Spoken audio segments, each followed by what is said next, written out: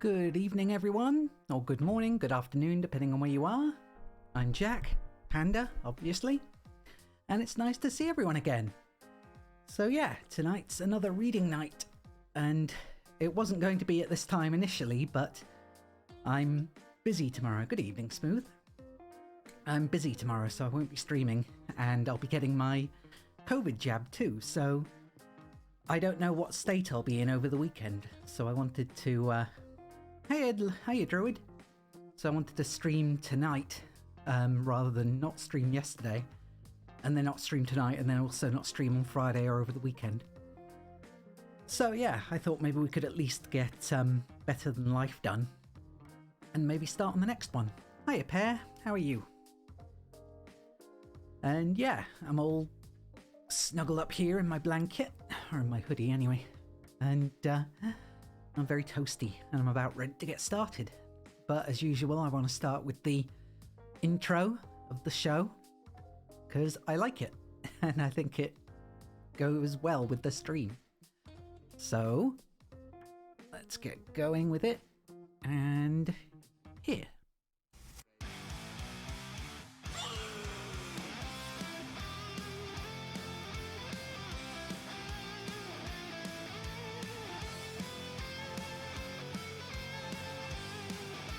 Hello!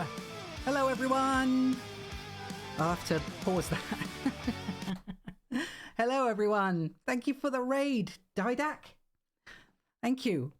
Hi, my name's Jack. I'm a panda, and I like playing cards. And tonight we're reading Better Than Life, Red Dwarf specifically, a British sitcom based on a British sitcom. And yeah, it's lovely to see everyone.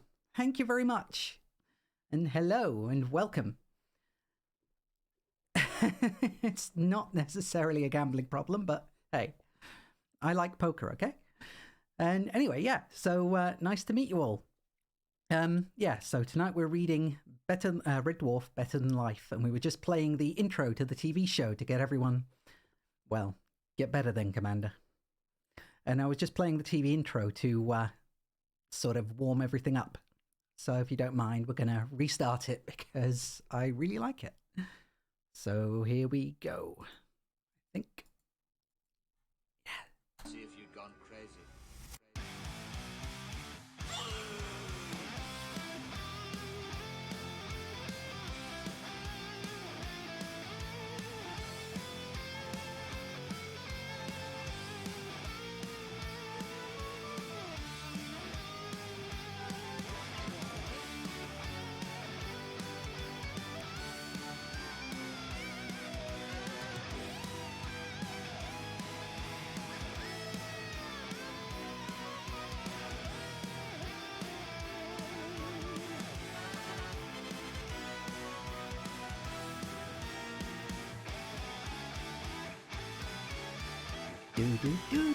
Do. Bang. Okay, yeah. So yeah, and thank you for the follow. Thank you for the follow, Nightbird Dev. It really is a bop. I'm a huge fan of it. And yeah, so we'll get started now. Last we left off, Lister was marooned on an ice planet that was now melting. And sadly, Rimmer, his hologrammatic crewmate, had been warped back to Red Dwarf. And now Lister has found himself stuck on the melting ice planet, which has since become a garbage world after everything was revealed. So, Part 3, Chapter 1. Today was the day. Today was the big one. John Yu had been doing the Jovian run for the best part of 20 years. Not many people were prepared to spend their life ferrying human sewage from Jupiter's satellites all the way across the solar system and dropping it on the dump planet. But John Yu actually enjoyed his work. And what's more, it paid well. It wasn't just sewage that was disgorged on the dump planet. It was everything. All humankind's garbage. Nuclear waste, chemical effluents, rotting foodstuffs, glass waste, waste paper, every kind of trash. All the unwanted byproducts of 3,000 years of civilization. But John Yu specialised in sewage. He was the king of crap, and right now he was sitting on top of 2 billion tons of it. His tiny control dome, the only inhabitable section of the vast haulage ship, made up less than 1% of the gigantic structure. The bulk of the craft was given over to the twin 2-mile-long cylinders that stored the waste. The ship's computer indicated they were about to go into orbit. Yu climbed into his safety webbing and switched on the view screen. The refuse ship powered through the thin atmosphere and hit the thick, choking black smog that spiraled up from the planet's surface. And there it was. Garbage world. Whole land masses were given over to particular types of waste. For 20 minutes, the ship flew over a range of dozen mountains, composed entirely of discarded tin cans, so high the peaks were capped with snow. It passed over an island the size of the Malagasy Republic, piled high with decomposing black bin bags. It flew over a fermenting sea, flamed with toxic waste. It skimmed over an entire continent of wrecked cars, thousands upon thousands of miles of rusting chassis. It crossed a desert, a vast featureless flatland of cigarette dimps, and then it arrived at the continent of sewage. This was the moment he'd been planning for almost 2 decades. Like anyone else in a dull job, John Yu made up games to help pass the time. His game was graffiti, and he was about to complete the biggest single piece of graffito ever attempted in the history of civilization. It sprawled across a continent. It was visible from space. It was written in effluence, and it said, "You was 'ere." Today he had the final 2 billion tons he required to complete the half-finished loop of the final E. The bay doors on the belly of his ship hinged open, and the effluence poured down and splattered into place. John Yu unhooked himself from the safety harness and swaggered down the thin aisle, the cleft of his buttocks wobbling hairily over the top of his jeans. He flicked on the satellite link and examined his masterpiece in its completed glory. He scratched his hairy shoulder and belched. Beautiful. John Yu was a colonial. He'd been born and raised on Ganymede, one of the moons that spun around Jupiter. He was aware that his ancestors had once lived here. In fact, they had all originated from the dump planet, but no one at all had lived there for 5 or 6 generations. He felt no affinity for the world of his forebears, any more than Anglo-Saxons felt an affinity for Scandinavia. Earth didn't really mean anything to Yu. It was just there to be dumped on. The mathematics was simple. Civilization produces garbage. The greater the civilization, the greater the garbage. And humankind had become very civilized indeed. 300 years after the invention of the light bulb, they'd colonized the entire solar system. The solar system was soon jam-packed with civilization too, and humankind rapidly reached the point where there was so much indestructible garbage there was nowhere left to put it. Something had to be done. Firing the garbage willy-nilly off into space was cost-prohibitive. So the Interplanetary Commission for Waste Disposal conducted a series of feasibility studies, and they concluded that one of the 9 planets of the solar system had to be given over to waste. Delegates from all the planets and their satellites submitted tenders to lose the contract. The Mercurian delegation pointed to their solar energy plants, which provided cheap, limitless energy for the whole system. The study group from Uranus hinged its case on its natural stores of mineral deposits. Jupiter and its moons relied on the outstanding natural beauty. Neptune built its case on famous planetary architecture. It had been terraformed to the highest specifications. Saturn's rings, a massive tourist attraction, made that planet safe, and its network of moons, though often seedy and down-market, generated a lot of business merely because of their position along established trade routes. Mars was the safest of all, because it was home to the wealthy. It was the chicest, most exclusive world in the planetary system, handy for commuting to other planets, yet far enough away from the riffraff to be ideal for the mega-rich. Venus took the Martians' overspill, the people who wanted to live on Mars but couldn't quite afford it. Venus was full of people who wanted to be Martians, so much so they often quoted their address as South Mars, or Mars/Venus borders. Still, it was a fairly wealthy planet, and the Venusians constituted a powerful political lobby. And so it became a straight battle between Earth and Pluto. The Plutonian delegation made a rather weak case, drawing attention to the planet's erratic orbit and its position on the edge of the solar system. The Earth delegation was beside itself with fury. Frankly, it was outraged that the planet that it was mother to the human race, where life itself had been spawned and nurtured, was even being considered for such a putrid fate. It talked long and heatedly about how humankind had to remember its roots, and showed long, dull videos of Earth's past beauty. Of course, it conceded the planet wasn't as pulchritudinous as it had once been.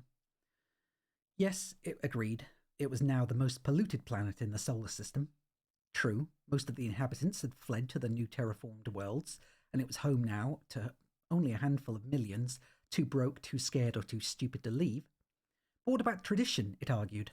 Earth had invented civilization. It had given civilization to the solar system. If civilization now turned around and literally dumped on Earth, what did that say about humankind?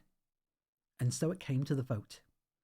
The vote was telecast live to every terraformed world in the solar system.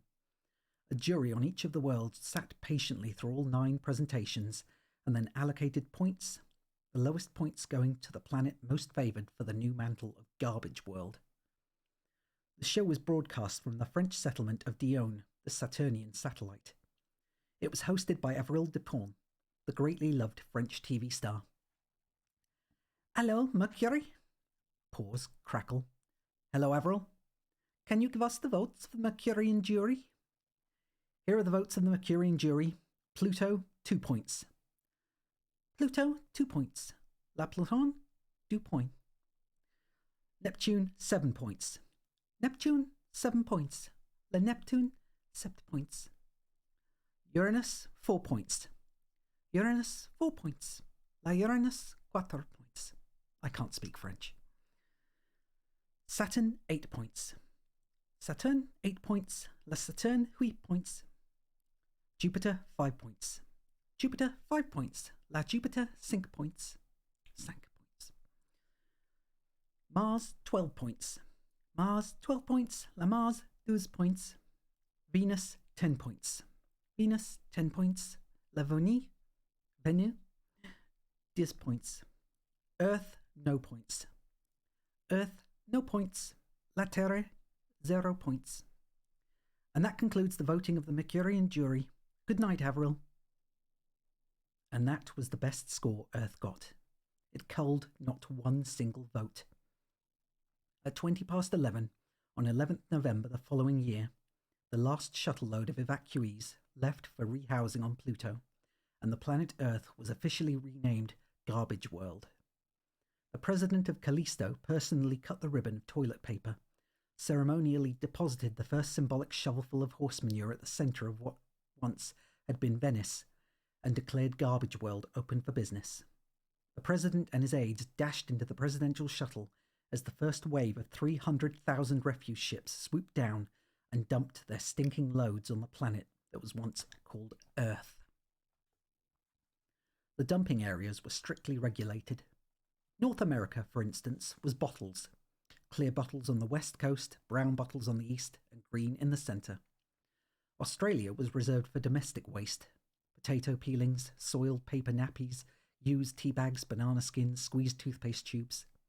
Japan became the graveyard of the motor car. From island to island, from tip to tail, from Dissons to Chryslers, to 40-cylinder cyclotronic hovercars, dead silent metal covered the land of the setting sun. The Arctic Circle was allocated rotting foodstuffs. The Bahamas was home to old sofas and bicycle wheels. Korea took all the broken electrical equipment. Europe got the sewage.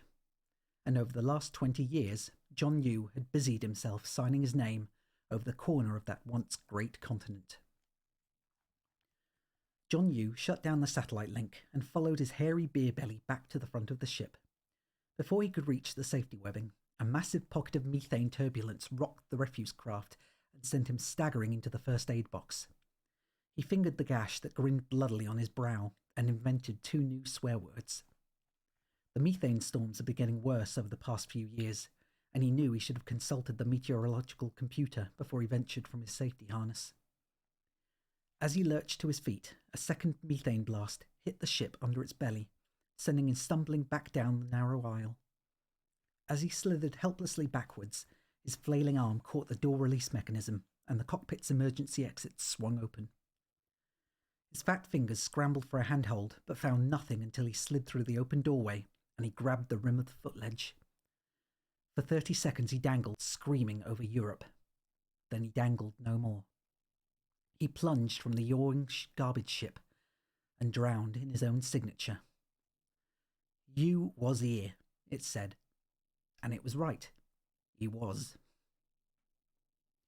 The unmanned craft hacked around wildly in the sudden turbulence. The autopilot stretched beyond its capacity.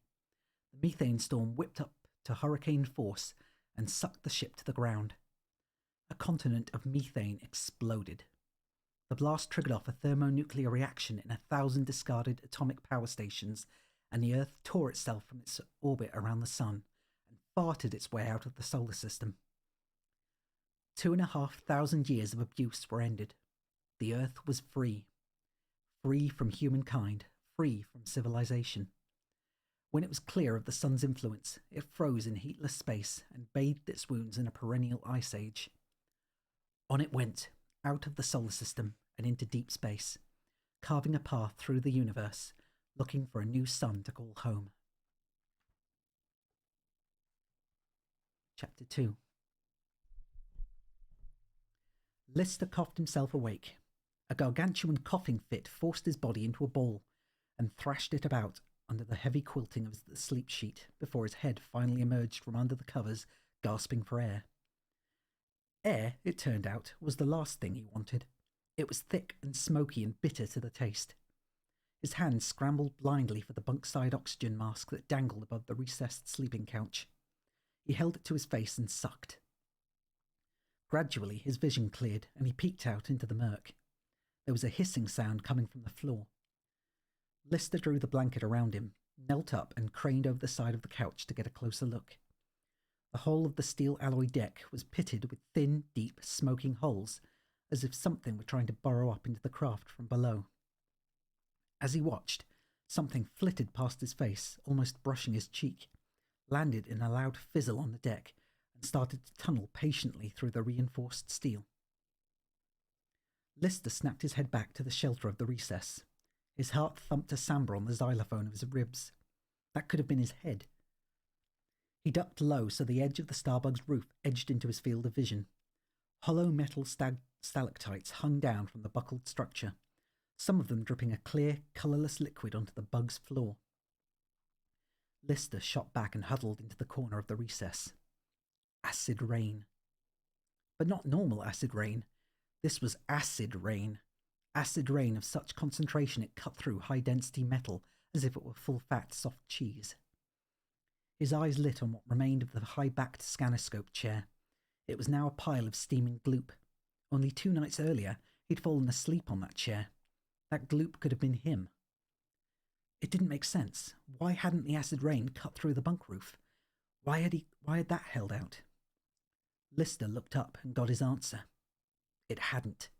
The roof bulged crazily like a balloon full of water, and stalactites of corrupted metal pointed their long, threatening fingers down towards him. There was nowhere to go. No haven. Whatever Lister decided to do, he had to do it fast. He grabbed his boots from the locker behind his head and laced them frantically, keeping his eyes fixed on the ceiling. Suddenly, the area of the roof just above his head started to give way. Lister rolled off the bunk, taking the mattress with him, and swung into the bunk below. Within minutes, stalactites had begun to tongue down through the roof of the new bunk. He guessed that he had about 2 minutes before the acid came through. But 2 minutes to do what? To go where? Up was unthinkable. Out? No way. No choice then. Down.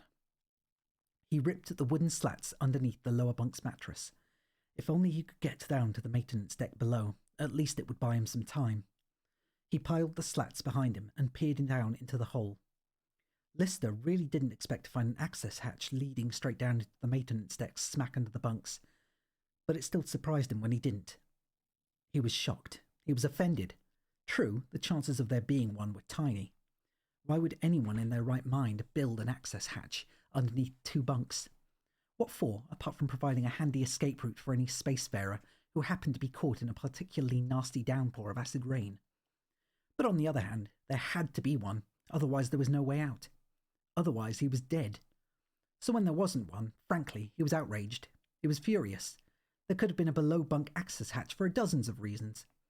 A long-forgotten disused cleaning hatch, an air-conditioning access point, a ventilation shaft. The craft was crammed full of them.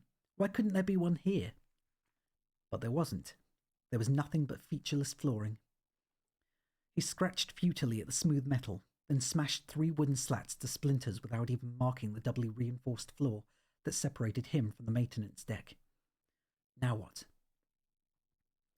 Lister jammed his back against the corner of the bunk and crammed his knees against his chest. He wrapped his knuckles around one of the wooden slats by his side and jabbed it up into the metal base of the bunk above at a 45-degree angle from his body. Then he jabbed again, and again. The slat slid through the softened steel, and the acid from the bunk began to trickle down into the feet end of the lower bunk. Lister held the oxygen mask to his face and jabbed again, widening the drain hole above him. He withdrew the blackened, smoking slat and jabbed again. More acid gushed in through the widening gap, melting its way towards the maintenance deck below. There was nothing to do but wait and see which would give first, the base of the bunk above him or the escape hole below. There was a creaking sound, and the bunk ceiling lurched dangerously and ballooned down another 2 inches towards his head. He stabbed frantically at the floor and wiggled the slat ferociously to increase the hole's diameter. 9 inches wide. Now a foot. Still too small. Suddenly there was a screaming pain in his hand, in the fatty flesh between his thumb and forefinger. He held it to his face. The acid had burnt straight through, leaving a smoking peephole. He could see through his hand. The escape hole was 15 inches wide. He tossed the slat into the gap and waited for it to hit the deck below. 1 little second, 2 little seconds, 3 little seconds, 4. The wood hit the metal below. 30 or 40 feet. Without cushioning, a bone-breaking certainty. He kicked the gap wider. His boot came away steaming and smouldering. The hole was 3 feet in diameter and growing. He made his move. He wrapped the mattress he dragged from the upper bunk tightly around him, held the mattress from the lower bunk over his head, and leapt through the hole. The lower mattress plugged the hole, giving him perhaps 5 seconds of protection as he plunged toward the pool of acid that was already working its way through the floor of the maintenance deck. He flung off the mattress that was curled around him and hurled it down into the smoking pool below. He landed on his back, winded, dazed, and immobile. He looked up towards the ceiling and saw 3 globules of acid dropping towards him. He tried to twist right, but his body refused to move. "That was a hell of a fall," it was saying. "Let's rest here a while." 2 of the drops cut penny-cent holes in the mattress, centimetres from his groin. The 3rd removed his left earlobe. Lister and his body had another meeting. Top of the agenda was a proposal to move ASAP. It was proposed by Lister, seconded by his body, and the motion was carried by 2 votes to 0. He rolled onto his side as the temporary plug above finally gave and torrents of acid cascaded through the hole, crashing onto the mattress barely a yard from his gasping, mono-lobed body. He picked himself up and started to stagger down the length of the maintenance dock, looking for something, anything that might offer some form of protection. He ripped the first aid kit from the wall and pulled out the bottle of medicinal alcohol. He poured a generous measure over the hole in his hand, dabbed the left ear, and drank the rest. Then he lumbered into the engineering supply area. He slammed a pallet onto the forks of one of the 3 orange stacker trucks and piled it high with oxyacetylene canisters, blowtorches, and welding gear. He glanced up at the ceiling. It would hold for 15 minutes, 20 at best. After that, there was nowhere else on board to shelter. There was no more down. The only way was out in the acid storm. For the next quarter of an hour, he blowtorched steel doors from their hinges, ripped steel piping from the walls, and welded together a jerry-built acid raincoat. He raced back into the engineering store and tried on the various welding helmets. He discovered that if he crammed his head into the smallest, he was then able to wear a medium-sized one on top of it, and a large one on top of that. In the howling metallic silence imposed by 3 steel helmets, he climbed into the suit. 6 feet of solid steel on top of him, plus the helmets, plus the metal piping sleeves and trousers. This would give him at least 15 minutes of protection while he scampered out of the craft and sought out some kind of refuge. Only one problem. He couldn't move. He couldn't even nearly move. Stupid. Stupid, stupid, stupid. How could he have wasted 15 precious minutes constructing this immobile monstrosity without realizing the damned thing would be too heavy to move? He climbed out of the suit and kicked it. Now he had a broken toe to add to his troubles. He looked up at the ceiling. The stalactites were already forming. He tottered over to the viewport window and stared out into the storm. He registered with a shock that the rain was local. Totally local. It just swirled over around the small basin in which the starbug had come to rest. Over the crest of the hill, the sky was clear. The crest of the hill was hardly 500 yards away. Surely he could get the damned thing to move 500 yards, a third of a mile. Come on, think. His eyes swept the room. On the second pass, they stopped on the stacker truck. Lister jumped up into the driver's seat and started up the motor. He jabbed the truck's forks under the two arms of the suit and pulled back the lever. Slowly, the truck hauled the suit off the ground. He leapt down the vehicle, raced back to the supply store and returned with a reel of steel cable. As the floor around him hissed and spluttered, he welded the cable to the stacker truck's twin joystick controls and fed it through the sleeves of the armour-plated raincoat. He flipped the bay doors over to manual and typed in the opening code. They remained closed. He tried again. Nothing. Acid fizzled down the doorway. The electrics were shot to hell. There was a rumble from the far end of the maintenance deck, and a whole 20-yard section of ceiling smashed to the floor. Lister was completely unaware of the tears that coursed down his grease-streaked cheeks, and of the insane babble that chundered from his lips as he raced back and climbed into the suit. He yanked the left-hand cable, and his neck snapped forward as the stacker truck lurched back and reversed 50 yards, slamming into the rear bulkhead. The suit tottered on the forks. If he fell and lay motionless on the floor as the acid swirled in from the deck above. Gently, he tugged the right-hand cable, and the truck moved forward. He tugged again. The electric motor whined to maximum pitch. The truck gathered speed. It screamed towards the bay doors, supporting Lister in his reinforced steel suit at the front. Acid drizzled delta patterns down the bay doors as Lister and the stacker truck smashed through the weakened structure and out into the eye of the storm. The truck's caterpillar tracks jutted over the basin's jagged terrain, gradually picking up the speed it had lost on impact with the doors. When Lister came to, he was halfway up the basin's incline. Over the peak of the hill before him, he could see the clear sky hanging a lazy blue over the next valley. 200 yards to go. He scanned the ground. Bizarrely, insanely, it seemed to be composed of broken bottles. He looked around.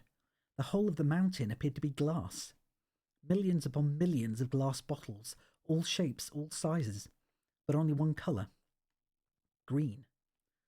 In fact, as he looked through the acid mist, he realised that all the mountains looming around him were likewise constructed of green bottles.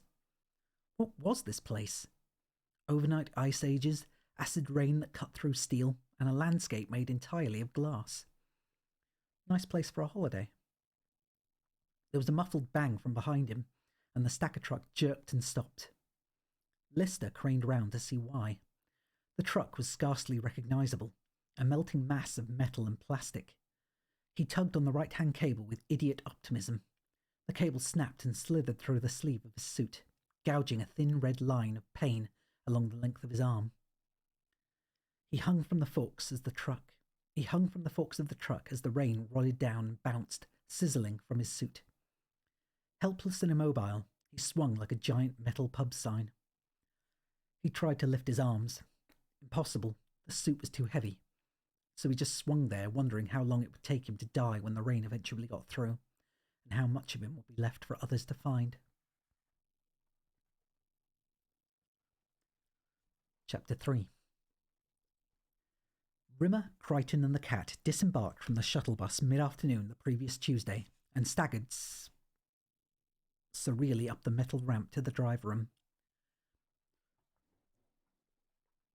"Look, stay calm," said Rimmer, maniacally pacing up and down in front of the vast screen. It'll take Holly 10 seconds to work out what to do, and then we'll be out of here. Does anybody want toast? Came a small, tinny voice. They turned and saw the toaster perched on top of a stack of terminals. No! They screamed in unison. How about a crumpet? Crichton tapped in Holly's activation sequence and handed voice command over to Rimmer. On, said Rimmer. Holly, we're being sucked into a black hole. How do we get out? The giant screen flittered and flickered before Holly's image assembled in a mad cubist parody of itself. His chin was where his forehead would be. His mouth was replaced by an ear, and his nose pointed skywards on top of his balding pate. Good, he said. What? There's something wrong, Rimmer yelled. Turn him off, we're wasting runtime.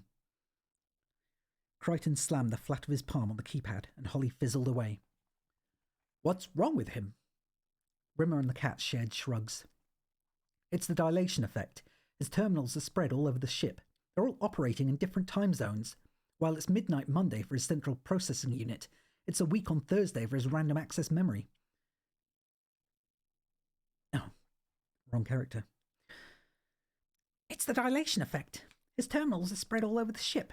They're all operating in different time zones. While it's midnight on Monday for his central processing unit, it's a week on Thursday for his random access memory. Anybody fancy a muffin? Will you shut up? Said Rimmer. What the smeg are we going to do? What happens? The cat tilted his head to one side. If we get sucked into this black hole, is that a bad thing? A black hole is an unstable star that's collapsed into itself. Its gravitational pull is so enormous that nothing can escape. Light, time, nothing. How about a potato cake? Look, will you kindly shut your grill? Rimmer spat. I'm trying to think. Can't we just fly through it? The cat ventured. And out the other side? Nice idea, the toaster scoffed. And perhaps we can stop at the souvenir shop in the middle and buy various black hole memorabilia. Black holes have souvenir shops in the middle? The cat grinned hopefully. He's taking the smeg, snapped Rimmer. Will you stop talking to that piece of junk? We've got to work out how to get out of here. Cheap, the toaster snorted. I'm $19.99 plus tax. There's no way out, is there? Said Crichton.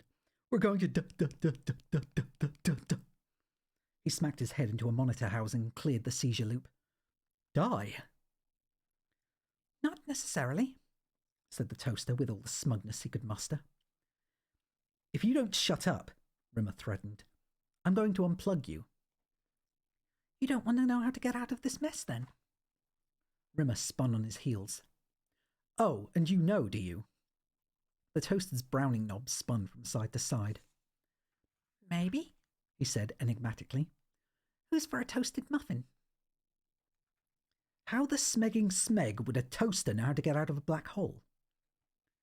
Technically, we're not in a black hole. Not yet. We haven't passed the event horizon. What's an event horizon? Asked the cat. Let's start at the beginning. The toaster adjusted his bread width to maximum and back again. A black hole isn't an object. It's a region, a rip in the fabric of space and time. It starts off as a massive sun. When the sun dies, the enormous gravitational pull at its centre drags all the matter into the star back into itself. A medium-sized sun becomes a neutron star, a star whose molecules are packed as tightly as possible. However, if the weight of the sun is great enough, it overrides the exclusion principle, which states that, in normal circumstances, two electrons can't occupy the same energy space, and so the star continues collapsing. Eventually, the gravitational drag at the centre becomes so colossal, the escape velocity, the speed at which you have to achieve to get out, reaches 186,282 miles a second, which is light speed. And since light speed is the speed limit for the universe, nothing can escape, not even light. It becomes a sort of giant galactic vacuum cleaner, sucking in everything in its range, even time. That's why time is at the front of the ship, is running more slowly than time at the back. The closer you get to it, the more you feel the effects of its pull, and the event horizon is the point of no return. So, he paused. Who's for a hot cross bun? Crichton shook his head. Did anyone follow that? I was with it, said the cat, to the point where he said, let's start at the beginning. And I didn't pick it up again until he got to the hot cross bun part. Rimmer strode over to the toaster. Explain this, mulatto. How does a novelty kitchen appliance suddenly get to know so much about black holes? I have a voracious appetite for reading, said the toaster. Holly told you this, didn't he? After he got his IQ back, but before he turned himself off. The toaster's grill glowed red. Maybe. Did he happen to mention how to get out of one? That depends, said the toaster. Depends on what? Depends on whether or not anyone wants any toast. 20 minutes later, they sat in a horseshoe, munching their way through the towering piles of assorted toasted delights. Crichton, who had to eat Rimmer's share, was beginning to feel he needed to change his stomach bag, and the cat was becoming quietly hysterical about what effect consuming 34 pieces of toast was going to have on his waistline. For God's sakes, are you insane?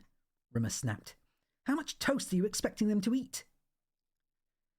Here's how to get out of a black hole. Provided you accelerate into it and achieve sufficient speed before you pass the event horizon, the additional acceleration provided by the gravitational pull means you can break the light barrier, loop around the singularity at the black hole's centre, and be travelling fast enough to swoop out again. I thought, said Crichton through a mouthful of toast, that as soon as we pass the event horizon, we get crushed. Not if we're travelling faster than light. We inherit a whole new set of physical laws. So when we get out, Rimmer frowned, we're travelling faster than light, yes? The toaster inclined its bread tray in a nod. How do we stop? Lister is stuck on that planet, starving to death. If we finally draw a halt 130 galaxies south-southwest, that's not going to be tremendously helpful. Assuming Holly was right about all this and we survive, we've got to rescue him. How do we stop? Well now, the toaster twirled his browning knob from side to side. Wouldn't you like to know? Yes, we would, said the cat politely. Well, for your part, the answer's simple. What? Keep eating the toast. The cat groaned and reached for his 35th slice. Chapter 4. Lister tried to move his arm again. This time it moved. Not much, but a little. He tried it again. This time it moved a little more. His suit was melting, and the more it melted, the lighter it got. This was good, and this was bad. It was good because at least at some point soon, he'd be mobile again and able to make a break for the crest of the hill. It was bad because he had no idea whether or not he could get to the top of the hill before the suit melted completely. He angled up his elbows so he slid from between the forks and crunched onto the broken glass of the incline. He found he could lift his feet an inch or so off the ground, and he was able to make a small, faltering step forward. He began the slowest race of his life. His thighs throbbed, his shoulders ached. With each step, the suit got lighter and his pace got quicker. Lister lost all sense of his body. He was just a pair of lungs, scorched and straining. He struck for the top of the hill. The suit was light now, frighteningly light. He felt almost naked. Then he realised even if he got to the top, even if he scrambled free of the rain, the suit would still be melting and he'd have to get it off. And then it was over. He lunged over the brow and started clattering down the other side. Even as he fell, he tugged away the inner straps of the suit and hurled the smoking plates away. His fall was broken by a bank of bottles. There was no triumph. There was no joy, no celebration as he flung the final piece down the mountain, just a horrible aching weariness and an irresistible desire to sleep. He stumbled along the glass mountain ridge and found a cave. Hardly a cave, more a bolt hole, no more than 6 feet deep and 4 feet high. He crawled inside, curled up baby tight, and slept. Less than 20 minutes later, he woke up. The sound that roused him was the thick, wet sound of rainfall. He couldn't bear it. The acid storm must have moved across to this side of the valley. He uncurled himself from his fetal position and shimmied on his bare elbows to the lip of the bolt hole. He was wrong. It wasn't acid rain. But it wasn't normal rain either. It was black. Torrents of thick black syrup drooled over the mountainside. Lister reached out his quivering palm and caught a glob of it. He sniffed it. He tasted it. He spat it out. Oil. It was raining oil. Still, Lister thought the oil was a damn sight better than acid rain. At least it wouldn't kill him. He felt quite cheered. Weather-wise, things were brightening up. Hell, if the trend continued, by evening it would probably be doing something as bland and normal as raining tomato soup or snowing beach balls. He crawled back into the shelter of his bolt hole and tried to get some sleep. But he couldn't. Not even Lister could sleep through an earthquake, especially when it was happening directly beneath him. The ground sneered open, and a foot-wide chasm snaked towards him as he scrambled backwards out of the bolt hole. He shielded his eyes from the lashing oil and watched as zigzag splits powered across the splintering landscape. Millions of bottles crashed and tumbled into the ground's rumbling gullet. Lister ran. He had no idea where he was running or whether there was any point. He leapt over sudden chasms, dodged past small avalanches of bottles, and scrambled and scraped his way to the top of the next peak. The black sky hurled javelins of oil at his shivering, wretched body as he crumbled to his knees and skidded and slithered into the next basin.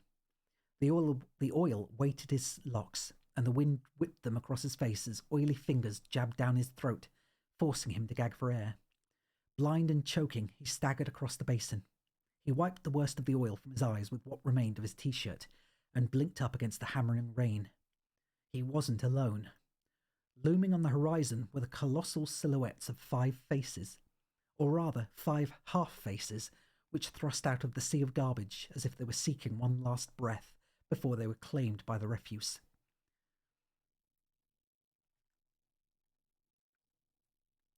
Then I'm probably going to have to skip it for tonight, because otherwise it's going to be very awkward. I'll have to refund you your points, which I apologise for. Lister knew them all. He recognised them all. George Washington, Thomas Jefferson, Abraham Lincoln, Theodore Roosevelt, and perhaps the greatest American president of all time, Elaine Salinger. Lister hauled his aching body across the basin and took shelter under George Washington's nose. He knew where he was now, Mount Rushmore, South Dakota. This hellhole of a planet, this uninhabitable pit of filth, was Earth. Lister laughed. He'd made it. He was back home. He laughed too long and too hard, a dangerous laugh that danced with insanity. Everything that had kept him going, the goal that had given his life meaning, was suddenly, farcically achieved. This was Earth. He was home. But what had happened? What had been done to the place? The answer was fairly obvious to even a half-insane, sick oil-sodden astro on the brink of starvation. Earth had been turned into a garbage dump. He had no idea what had torn it from its orbit and sent it hurtling to the outer reaches of the universe, but the fact that this was Earth, and it had been converted into the planet-sized refuse tip it was undeniable. But did that explain why the weather was haywire? Only partly. The more Lister thought about it, the more things seemed to click into place. Right from the moment he'd first arrived, from the moment he'd first emerged from Starbug and the Arctic winds had whipped and toyed with him, whimsically changing direction every few seconds, tossing him up in the air and dashing his body into snowbanks. Right from that moment, the weather had been trying to kill him. There was the acid rain, the sizzling downpour which only fell in the basin where his ship had crashed. Then, after his miraculous escape to the bolt hole, the quake had forced him out into the open, into the suffocating, cloying treacle of the oil storm. Had exhaustion made him paranoid? Were his thoughts being twisted by hunger and fatigue? Or was he right? Was the Earth waging a war against him personally? But why? If the Earth did have some kind of inexplicable, innate intelligence, why would it want to kill him? What had he ever done to the Earth? Why should it despise him? Then he knew. He'd done everything to Earth. He'd crucified it. He was a member of the human race, a part of the species that had spread like bacteria over the planet, killing its rich, teeming life, consuming its wealth, finally rendering it fit only for use as a dumping ground for all humanity's garbage. That's what he was. A single cell of bacteria. A plague germ. And the planet's autoimmune system was rejecting him. No, that idea was preposterous. It was insane. Hunger and weariness were fueling his paranoia. The Earth didn't have an intelligence. It didn't live. It was a ball of stone. He stood in the shelter of George Washington's left nostril and started to compose a list of humankind's many magnificent achievements. For some inexplicable reason, the first thing that popped into his addled head was the musical toilet roll dispenser, before a sheet of lightning ignited the rain, sending a curtain of flame sweeping across the face of the mountain, scorching black all 5 presidents and sending Lister hurtling back into the far recess of Washington's nasal passage. A second sheet ignited, blasting Lister out of the nose, sending him scurrying across the mounds of garbage, which were alive with rivers of fire. "Do it then!" Lister screamed. "Come on, kill me!" His fingers dug into the putrefying sludge and flung it skywards. "Kill me! Come on, come on, what are you waiting for?" Surrounded by lakes of fire and exploding geysers of oil, Lister screamed and ranted at the earth. He ducked his head under his arm as 2 bursts of flaming rain strafed either side of the mound he was standing on. Lister collapsed on his knees on the smouldering garbage. "I could do something," he sobbed. "I could help. I could, if you let me live, I could start to make it right again. I could..." He blacked out. As consciousness slowly percolated back into his body, he was aware of the rain. He groaned and raised his head. It was rain. Real rain. H2O. The stuff of life. He rolled on his back and opened his mouth. All around him, tails of smoke wiggled skywards from the few puddles of fire that still remained. He drank in the rain. He let it cascade over him, cleansing his wounds, refreshing him, uplifting him. He'd rolled onto his belly to pick himself up when he saw it. Inches from where his right hand had fallen, out of the rubble, out of the garbage, out of the stinking mire, poked a single branch. A small, stunted tree with a crop of green berries. Lister plucked off the fruit and started to eat. They were olives. He wept. He cupped his hands and collected some rainwater which he sprinkled tenderly over the tree.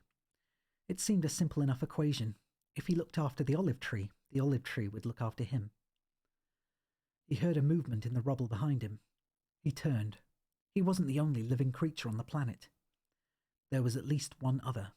The creature joined him by the olive tree. It was one of the oldest of Earth's inhabitants. It had been there long before man, and probably would be, long after. It was a cockroach. But a big cockroach. A very big cockroach. This cockroach could have played nose tackle for the London Jets at their all-time best season. It was a mother of a cockroach. This cockroach was 8 feet long. Lister moved slowly, very slowly. He rocked back on his rump, drew his knees up to his chest, and with a sudden, swift movement, brought both his boots down on the roach's side. There was a sickening thud, and the cockroach lay on its back, rocking helplessly, its mandibles opening and closing in shock. Lister ferreted among the rubble for something lethal, and found a long, thin shard of glass. He stood over the writhing beast, his hands raised over his head. The glass flashed down towards the soft underbelly. Then he stopped. He flung the glass blade away, and then stooped and lifted the cockroach back onto its feet. The cockroach made a series of curious clicking noises, but there was no attempt to move away. "Here?" Lister plucked an olive from the branch and held it out for the cockroach to take. "I'm a reformed species. We're going straight. No more killing. Here, take it." The giant insect ignored the olive. Instead, it nuzzled among the rubble and started to eat the garbage. Lister sat there chewing his olives, watching the mammoth roach consume the refuse. It seemed like a hell of a good deal to him.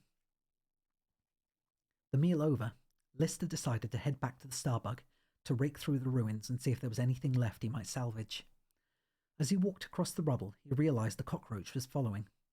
He turned and made some shooing movements with his arms. The cockroach clicked and whistled and carried on following him. Lister broke into a trot. So did the cockroach. Finally, Lister slowed and stopped.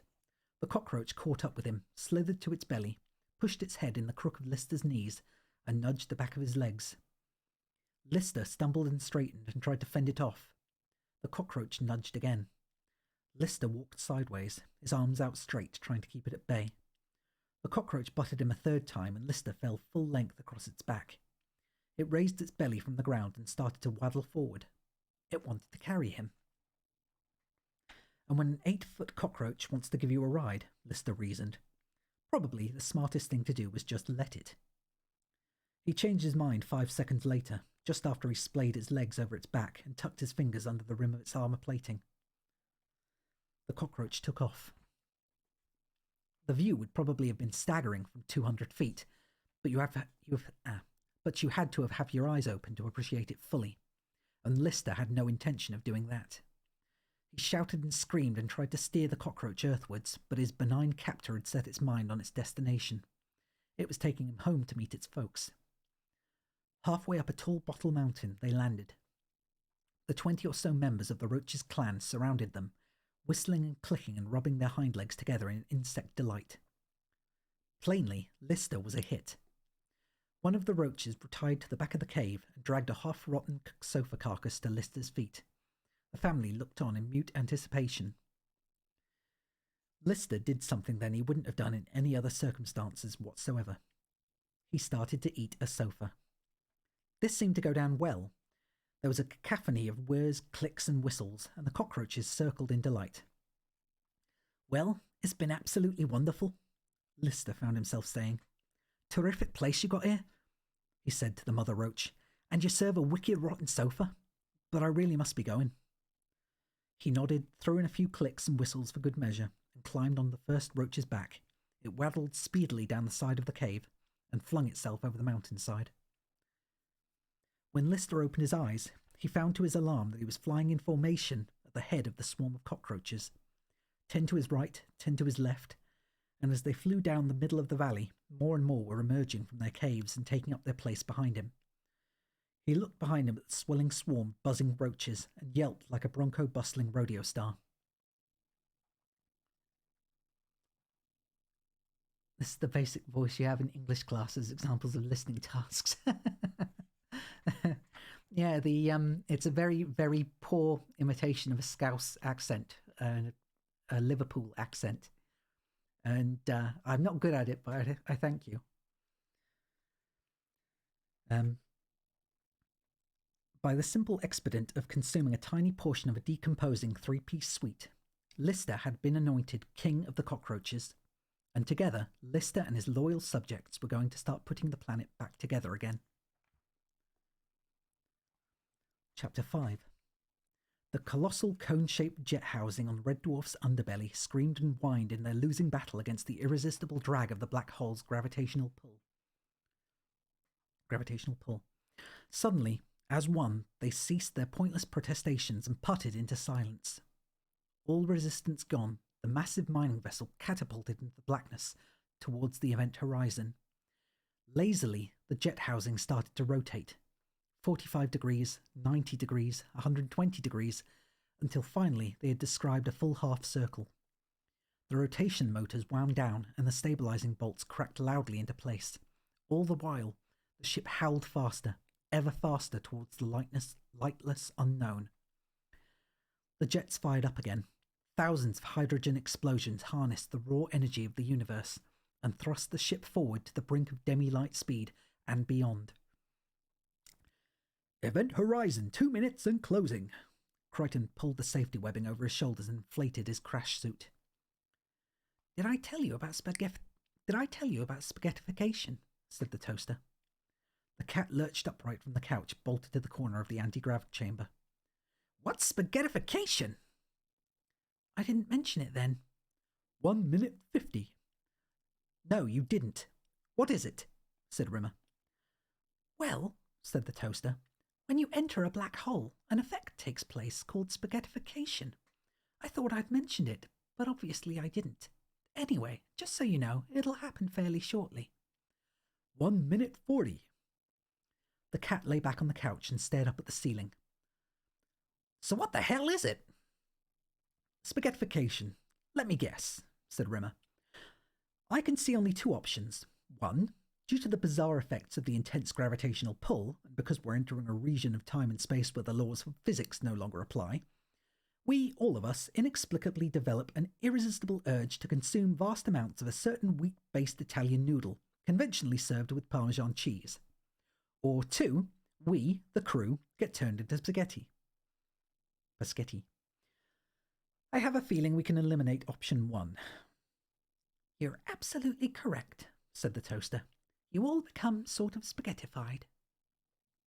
40 seconds, counted Crichton. Then what happens? Well, then you become de-spaghettified, said the toaster, and added, hopefully. Holly was a bit vague about that part. Still, he didn't think it was terribly important.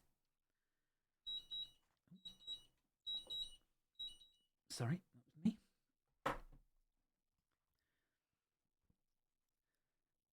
I get turned into spaghetti? The cat's eyebrows leapt to the top of his forehead. And that's not important? 30 seconds. The cat tried to vainly lift his head from the cranium support. He had a major collection of dirty looks he wanted to sling at the toaster, but G-Force pinned him immobile to the couch, so he slung them at the ceiling instead. Is it too late to change this plan? I have no idea what well-dressed spaghetti is wearing this year. 10 seconds. 10 seconds? Rimmer was equally immobile. What happened to 20 seconds? I forgot to say 20 seconds, Crichton apologised. I was listening to the cat. His eyes flitted to the scanoscope again. Oh, sorry. Apologising for not saying 20 seconds has now made me miss saying 5 seconds. So how long now? Yelled Rimmer. No seconds, said Crichton, and he was right. The combination of jet thrust and gravitational pull forced Red Dwarf through the lightspeed barrier the moment it hit the event horizon. To all intents and purposes, the ship no longer existed in the universe of its origin. It shrugged off Newton, Einstein, Oppenheimer, and Qian Lao, and subscribed to a completely new set of physical laws. They were in the black hole, heading for its centre, heading for the ring of light that swirled suicidally around the spinning singularity, the core of the dead star where all the matter sucked in by the black hole was compressed to infinity, and they were heading there at such a speed they were overtaking light. The cat's body started to spill off the couch in every direction. Long, thin strands of what had formerly been him slathered across the floor and intertwined with the strands that had been Crichton and Rimmer and the toaster. The anti-grav chamber had become a sea of heaving, screaming, living linguini. Everyone became part of everyone else. They threaded together and formed a new whole. They weren't one, they weren't four, they were one. The particles that had once formed Rimmer's intelligence in a blinding flash of empathetic insight suddenly became aware of the desperate, monumental importance of toast. Instantaneously, the strands that had been the toaster were conscious of the overriding necessity for dressing well and having a really terrific haircut. The vermicelli that was now the cat tasted the feeling of being mechanical and knew with unshakable certainty that silicon heaven existed, and that the best way to get there was through diligent hoovering. Simultaneously, the macaroni that was Crichton now knew what it was like to be Rimmer. He understood what it was like to have had those parents, that childhood, that career, that life. It was impossible to scream, but that's what Crichton was trying to do. The ship was no longer a ship. It was a huge tachyon, a super-like particle howling through the universe outside our own. It was a pool, then a wave, then a ball, then a dot, then it had no shape. It just was. The huge mound of spaghetti slithered across space and time and peered into the face of the spinning white disk. Look, said a part of the spaghetti that was mostly Rimmer. In the centre of the spinning light were 6 interlocking coils like fibre optics, but of a size beyond size. The immense hollow cables twisted and undulated like the snakes on the Gorgons' heads. The tubes were of colours that had no meaning to the human eye. They spun and swirled in a timeless dance of beauty. Not for the first time, Rimmer cursed himself for not bringing his camcorder. "What is it?" he said, but before anyone could answer, the ball of speed the ship had itself become slung around the singularity. It bounced off the sudden cushion of anti-gravity it met there, then, like a swimmer who dived too deep, lunged desperately for the surface, for the event horizon, for the known universe. It struck upwards, fighting off the gravity that had tried to suck it back to its core of the speed of light. Then, the light-speed drag of gravity cancelled out the light-speed monumentum of the ship, and Red Dwarf regained its physical form. Suddenly, it was travelling at a relative speed of less than 200,000 miles an hour toward the event horizon. The metal of the bulkheads buckled and groaned. Leering cracks ripped through the metalwork and zigzagged insanely down the port side. The ship started to slow. Plastodomes splintered and shattered. Steel mining rigs were wrenched, protesting from the ship's back, and swirled helplessly down into the singularity to be crushed into infinity. Still, the ship slowed. The jet housing started to creak, and then, all over the vessel's belly, one by one, pinion rods snarled and snapped, and the housings came away and tumbled into the infinite abyss. Still, the ship slowed.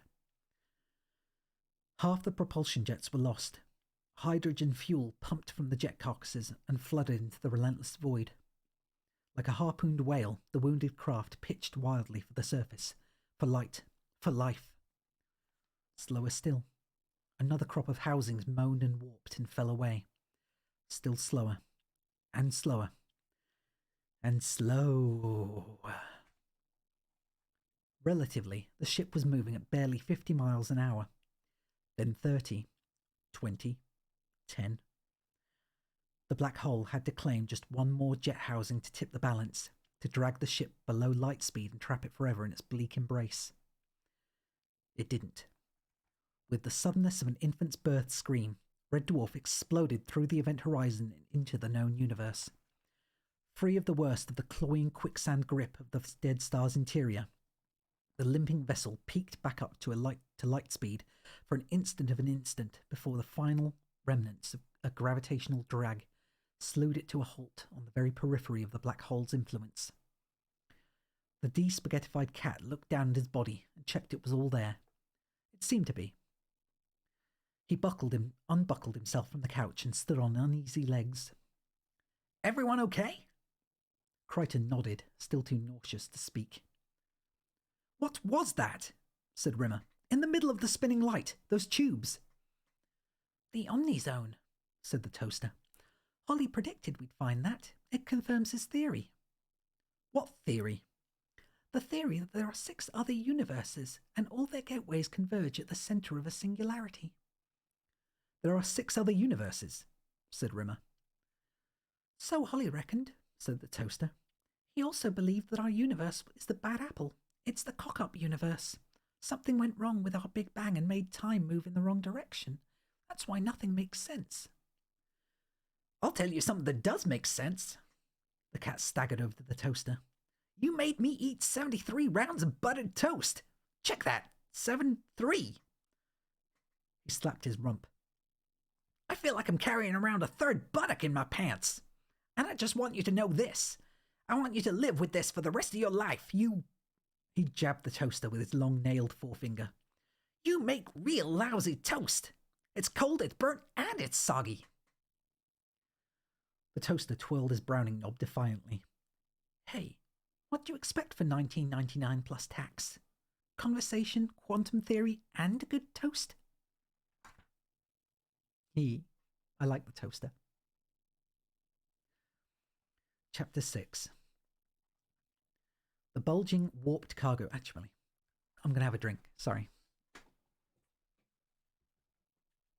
It's been a little while.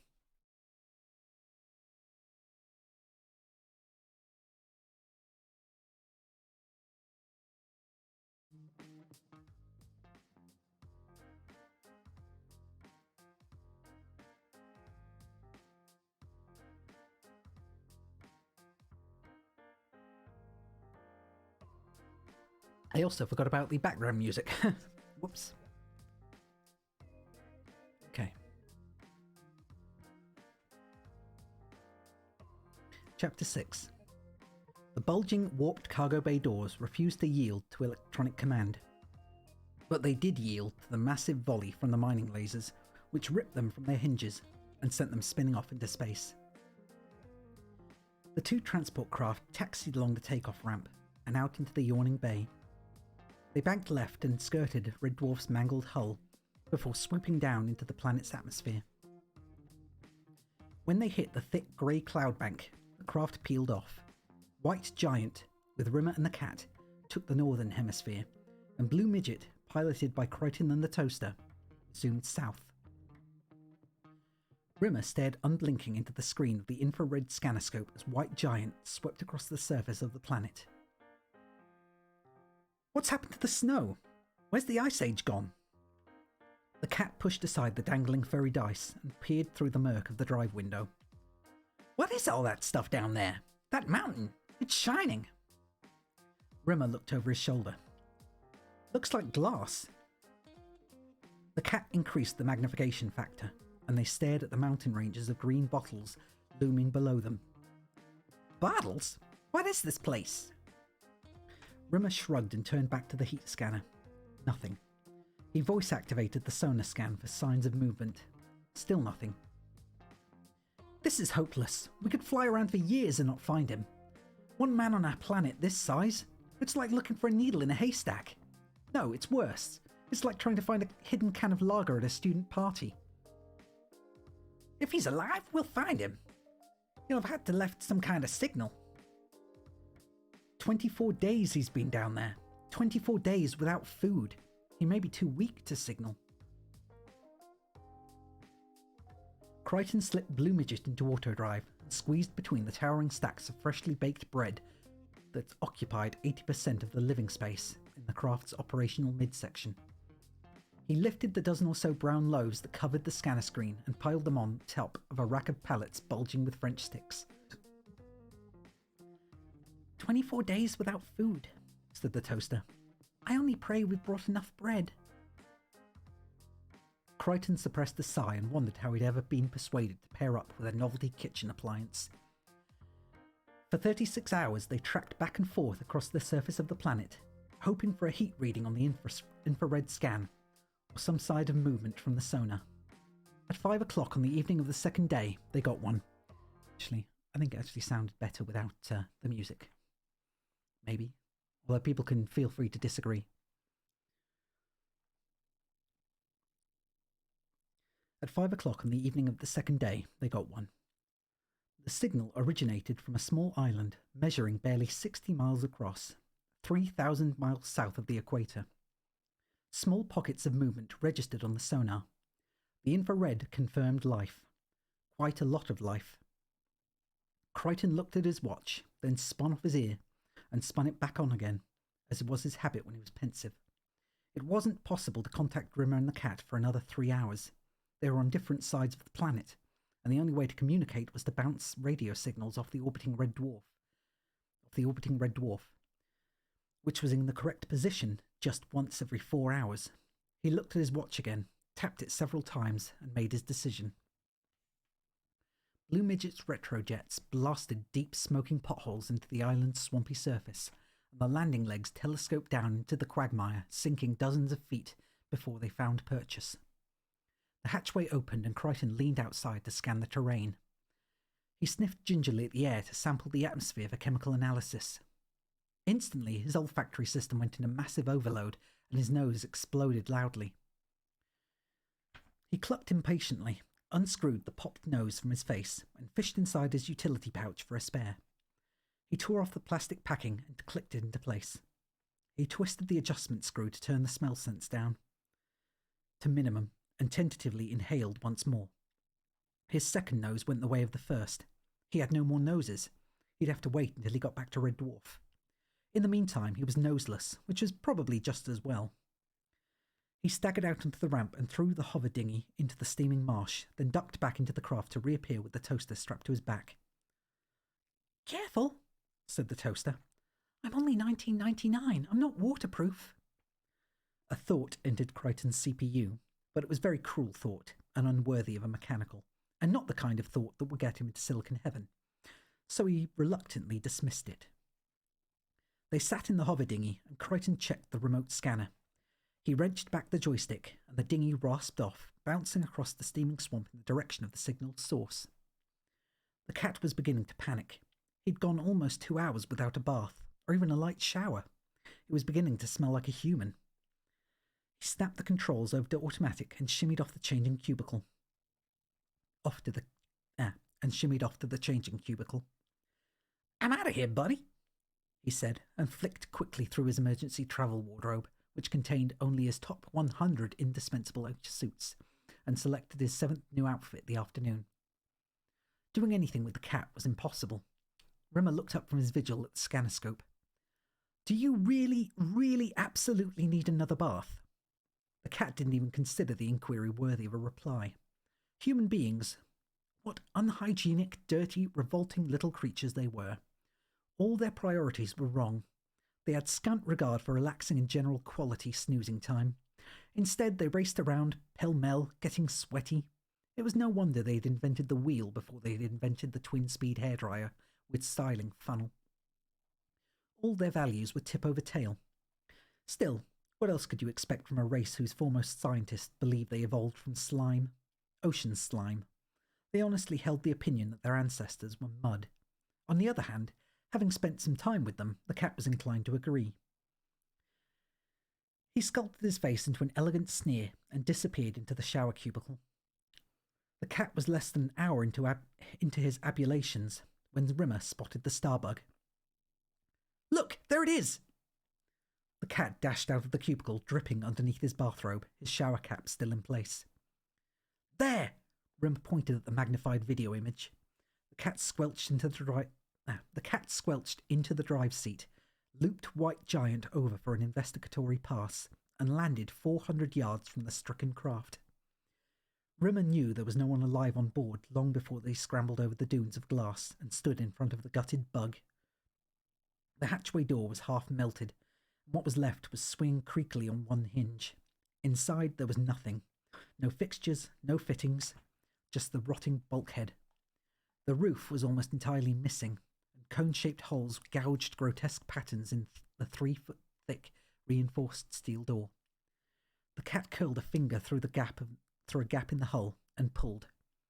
A foot-square slab of metal came away easily, and, when he tightened his fist, crumbled in his hand. Rimmer looked down at the pile of ashes that lay on what remained of the sleeping couch. "Found this on the drive seat." The cat stood in the hatchway holding a melted fragment of Lister's leather deerstalker. "I've seen this before," said Rimmer. "One time on Callisto, wiped out an entire settlement." "What is it?" Rimmer looked up through the roof at the black, knotted wisps of cloud threading across the grey sky. "Acid rain," he said quietly. Both of them knew they wouldn't find anything, but they decided to look around anyway. None of it made sense to Rimmer. He'd left Lister on an ice planet. Somehow the ice had melted, exposing this strange terrain of geographical features apparently built from glass. "Hey!" Rimmer looked up. The cat was standing high on a ridge overlooking the wreck of the starbug. "Look at this!" The cat motioned for Rimmer to join him. Rimmer picked his way up the jagged slope of the Bottle Mountain and looked down onto the next basin. Spread out below them were acres of rich, verdant pasture land. Fields of wheat, fields of corn, and fields of barley shimmered in the easy breeze of the sheltered valley. A long, thin stream of gurgling blue glinted in its length.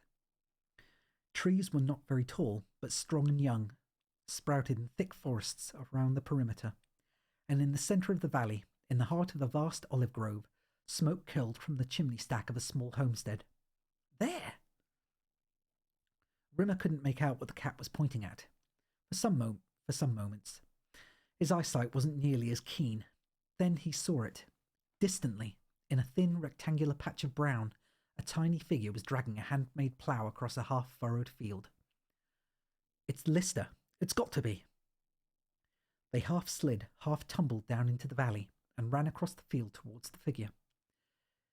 When they were 200 yards away, they realized they were wrong. It was a human, but it wasn't Lister. It was an old man, grey-haired and slightly bent. More than a little hard of hearing, too. because he didn't respond to any of Rimmer's shouts until they were almost on him. He swiveled and looked at them, his fingers toying idly with his long braided silver beard. He had the strong muscle tone and weathered skin of a farmer who'd spent a lifetime in the fields.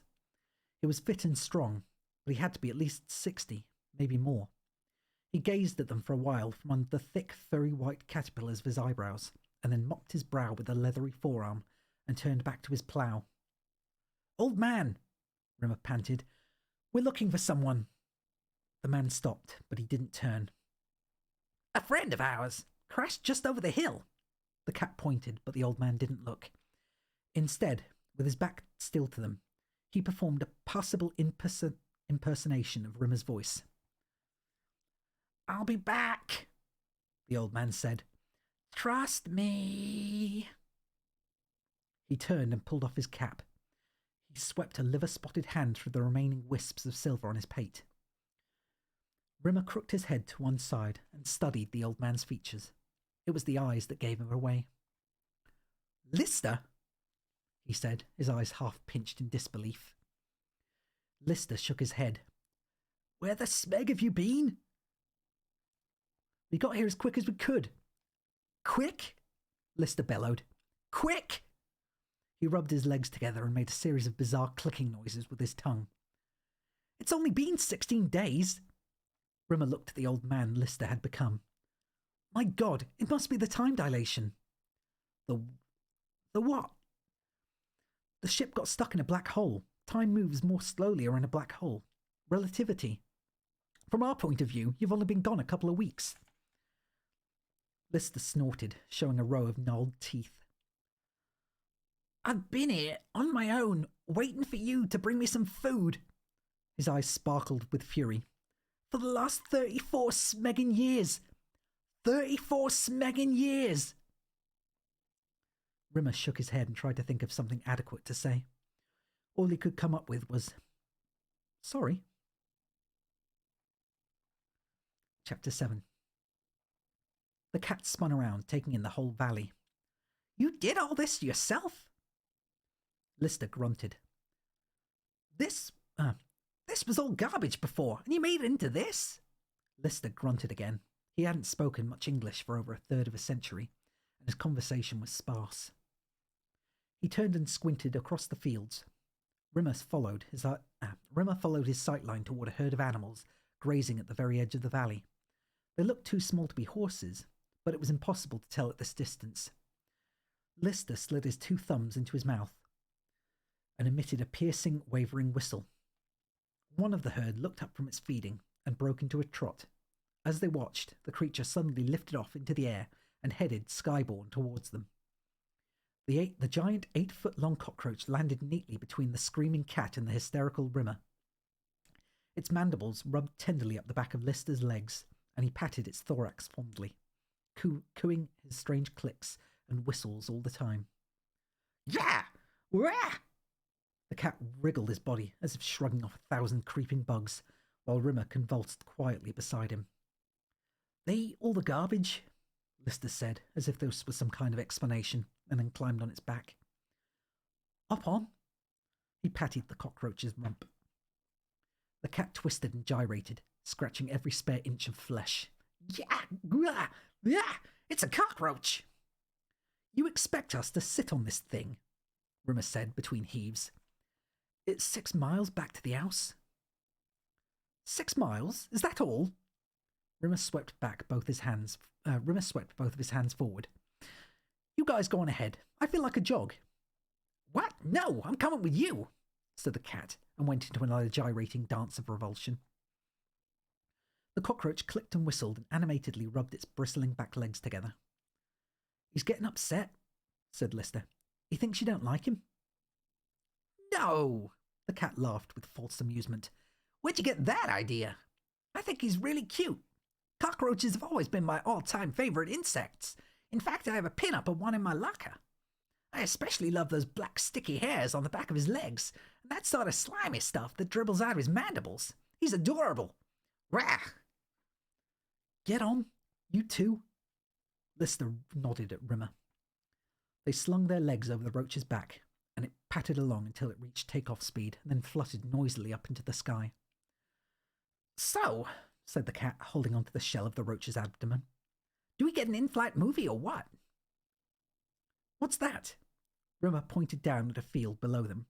There were no crops in that field, just yellow and white flowers, which were arranged and planted to spell out two enormous letters, two Ks. "Jasmine," said Lister simply, and Rimmer let it go at that. Lister's home was made entirely of garbage. The walls were built from waste paper, compressed into bricks that made them as hard as any wood. The roof slates were fashioned from beaten-out, flattened bean tins, and the windows were the portholes taken from the front-loading washing machines. Various tubes, pipes, and cables ran to a tall tower some 50 feet away, which housed a configuration of mirrors that harnessed solar energy. Besides the main house, there were a number of cockroach stables and farm outhouses, which stored harvested crops, seeds, and equipment. I'm glad. It's meant to be, so if people find it relaxing, then good. As they walked across the courtyard, a number of young roaches flocked out excitedly to meet them. The yapped, clicked, and whistled around Lister's ankles as he patted each of them and made his way into the main house. The furnishings inside the dwelling were also constructed from unwanted refuse. They were crude but effective. There was a crude but effective central heating system made out of old car radiators and exhaust pipes. While Lister busied himself in the kitchen, Rimmer and the cat sat on a remarkably comfortable sofa, which was clearly 3 toilets lashed together, covered with bin liners, stuffed with what turned out to be vacuum cleaner fluff. There was an elaborate hand-carved wooden mantelpiece over the stone hearth. It looked strangely incongruous in the jerry-built room. Above it hung an ornate gilt frame, which at first glance appeared to be empty. Rimmer stood up and strode towards it. On closer inspection, he found there was a picture in the middle of it, a less-than-passport-sized photograph which had been cut out of a Red Dwarf yearbook. Rimmer squinted and tried to make out the face. It was the photograph Lister always used to keep in his wallet, the one he didn't think Rimmer knew about. It was his only photograph of Christine Kochanski, smiling her famous pinball smile. Rimmer shook his head. Lister was still up on a girl he'd dated for 3 weeks, several thousand epochs ago. His psyche has fantasized her as his mate in Better Than Life, and now, after nearly 40 years of solitude here on Garbage World, his memory still wasn't prepared to let her go. Lister shuffled in from the kitchen, his wrinkled hands clutching a tray loaded with roughly thrown clay pots. He saw Rimmer looking at a thumbnail-sized photograph in the frame that could have comfortably accommodated a couple of El Grecos, and smiled. "One day," he said, "I'll get her back." Rimmer and the cat looked at the frail old man Lister had become and nodded in benign indulgence. It seemed fruitless to point out she'd died 3 million years previously, and even when she'd been alive, she'd been the one who broke off the relationship, dumping him for some guy who worked in flight navigation. "One day," he said again, and they nodded again. Lister handed the cat a mug of nettle tea and a plateful of juniper and dandelion stew, and sat down. "So what happened?" said Rimmer, and Lister began to tell them. He told them pretty much everything, missing out only the olive branch incident, the deal he'd made with the planet, which, as the years had passed by, had begun to seem more and more like a dream, unreal, half-imagined. "So what now?" asked the cat, setting aside his still full plate of juniper and dandelion stew and his mugful of cold nettle tea. "What are you going to do? Stay here or come with us?" "Both," said Lister. "Huh? We're going to take Earth home. We're going to tow it back to the solar system." "We're what?" laughed the cat. "It's possible," Lister said earnestly. I've been thinking about it for the last 10 years. "So what are we going to do exactly?" A patronising smile rippled across Rimmer's face. "Stretch a chain from the ship and then use Mount Everest as a tow hook? Then maybe stick a huge sign in Australia, no hand signals, planet on tow?" "More or less," said Lister, and he was perfectly serious. "More or less." Chapter 8. The giant roach circled White Giant and then landed deftly by its side. They dismounted, and as Rimmer and the cat walked shakily up the embarkation ramp, Lister fished in his coat pocket. Do I read bedtime stories? Kind of. I mean, this is usually considered my bedtime story, but I just like reading stories in general, so it depends on what people would want to hear, I guess. I'm open to suggestions, because most of my books so far are things like Terry Pratchett and Doug Naylor, the Red Dwarf guys, and Hitchhiker's Guide to the Galaxy. So it's just this, really. But hey, if people have suggestions that they want me to read, then I'll read them too when I'm done with, other stories. I also read some H.P. Lovecraft for Halloween, and I was going to read a Goosebumps book as well, but it took too long. The communications monitor in White Giant's control room were flashing. Incoming transmission, response required. Rimmer barked out the voice commands, and Crichton's face fizzled onto the screen. Ah, there you are. I've been trying to get through for 2 hours. I found him. We found him, corrected the toaster. Rimmer frowned.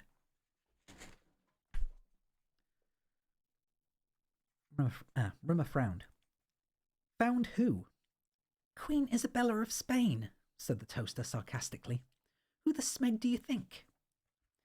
Mr. Lister, Crichton said patiently. We found Mr. Lister. The cat popped his head over Rimmer's shoulder. What? You mean you found some sort of remains? A skeleton or something? Read my lips, said the toaster, who didn't have any. We found Lister. He's here. He's alive. That's not possible. Look! Crichton swiveled the head of the transmission camera so the figure lying on the Blue Midget's crash couch swung into view. It was Lister. Pasty and drawn, his complexion had a strange wax veneer, and there was an odd soulless quality to his eyes. But it was Lister. At least it looked like Lister, no older than the day Rimmer had left him marooned. Rimmer stared at the screen, his face bunched like a ball of waste paper. Suddenly, a gnarled hand snaked past him and flicked off the transmission link. Rimmer turned and looked into Lister's wizened old face. The cat backed up to the far bulkhead wall. What's going on here? Just who are you, buddy? I'm Lister, said Lister, unsmiling. And who the hell's that? The cat flung an elegant forefinger towards the screen. Benny Goodman and his orchestra? It's a morph. It's a what? It's a polymorph. Dun dun dun. Chapter 9. The thing about human beings was this. Human beings couldn't agree. They couldn't agree on anything. Right from the moment their ancestors first slimed out of the oceans, and one group of sludge thought it was better to live in trees, while the other thought it blatantly obvious that the ground was the hip place to be. And they disagreed about pretty well everything else since then. They disagreed about politics, religion, philosophy, everything. And the reason was this. Basically, all human beings believed all other human beings were insane in varying degrees. This was largely due to a defective gene isolated by a group of Danish scientists at the Copenhagen Institute in the late 1960s. This was the discovery which had the potential for curing all mankind's ills, and the scientists, naturally, ecstatic, decided to celebrate by going out for a meal. 2 of them wanted to go out for a smorgasbord. One wanted Chinese cuisine, another preferred French, while the last was on a diet and just wanted to stay in the lab and type up the report. The disagreement blew up all out of proportion. The scientists fell to squabbling, and the paper was never completed. Which was just as well in a way, because if it had been presented, no one would have agreed with it anyway. Small wonder, then, that Homo sapiens spent most of their short time on Earth waging war against each other. For their first few thousand years on the planet, they did little else, and they discovered 2 things that were rather curious. The first was that when they were at war, they agreed more. Whole nations agreed that other nations were insane, and they agreed that the mutually beneficial solution was to band together to eliminate the loonies. For many people, it was the most agreeable period of their lives, because apart from a brief period on New Year's Eve, which incidentally no one could agree the date of, the only time human beings lived happily side by side was when they were trying to kill each other. Then, in the middle of the 20th century, the human race hit a major problem. It got so good at war, it couldn't have one anymore. It had spent so much time practicing and perfecting the art of genocide, developing more and more lethal devices for mass destruction, that conducting a war without totally obliterating the planet and everything on it became an impossibility. They didn't make human beings happy at all. This didn't make human beings happy at all.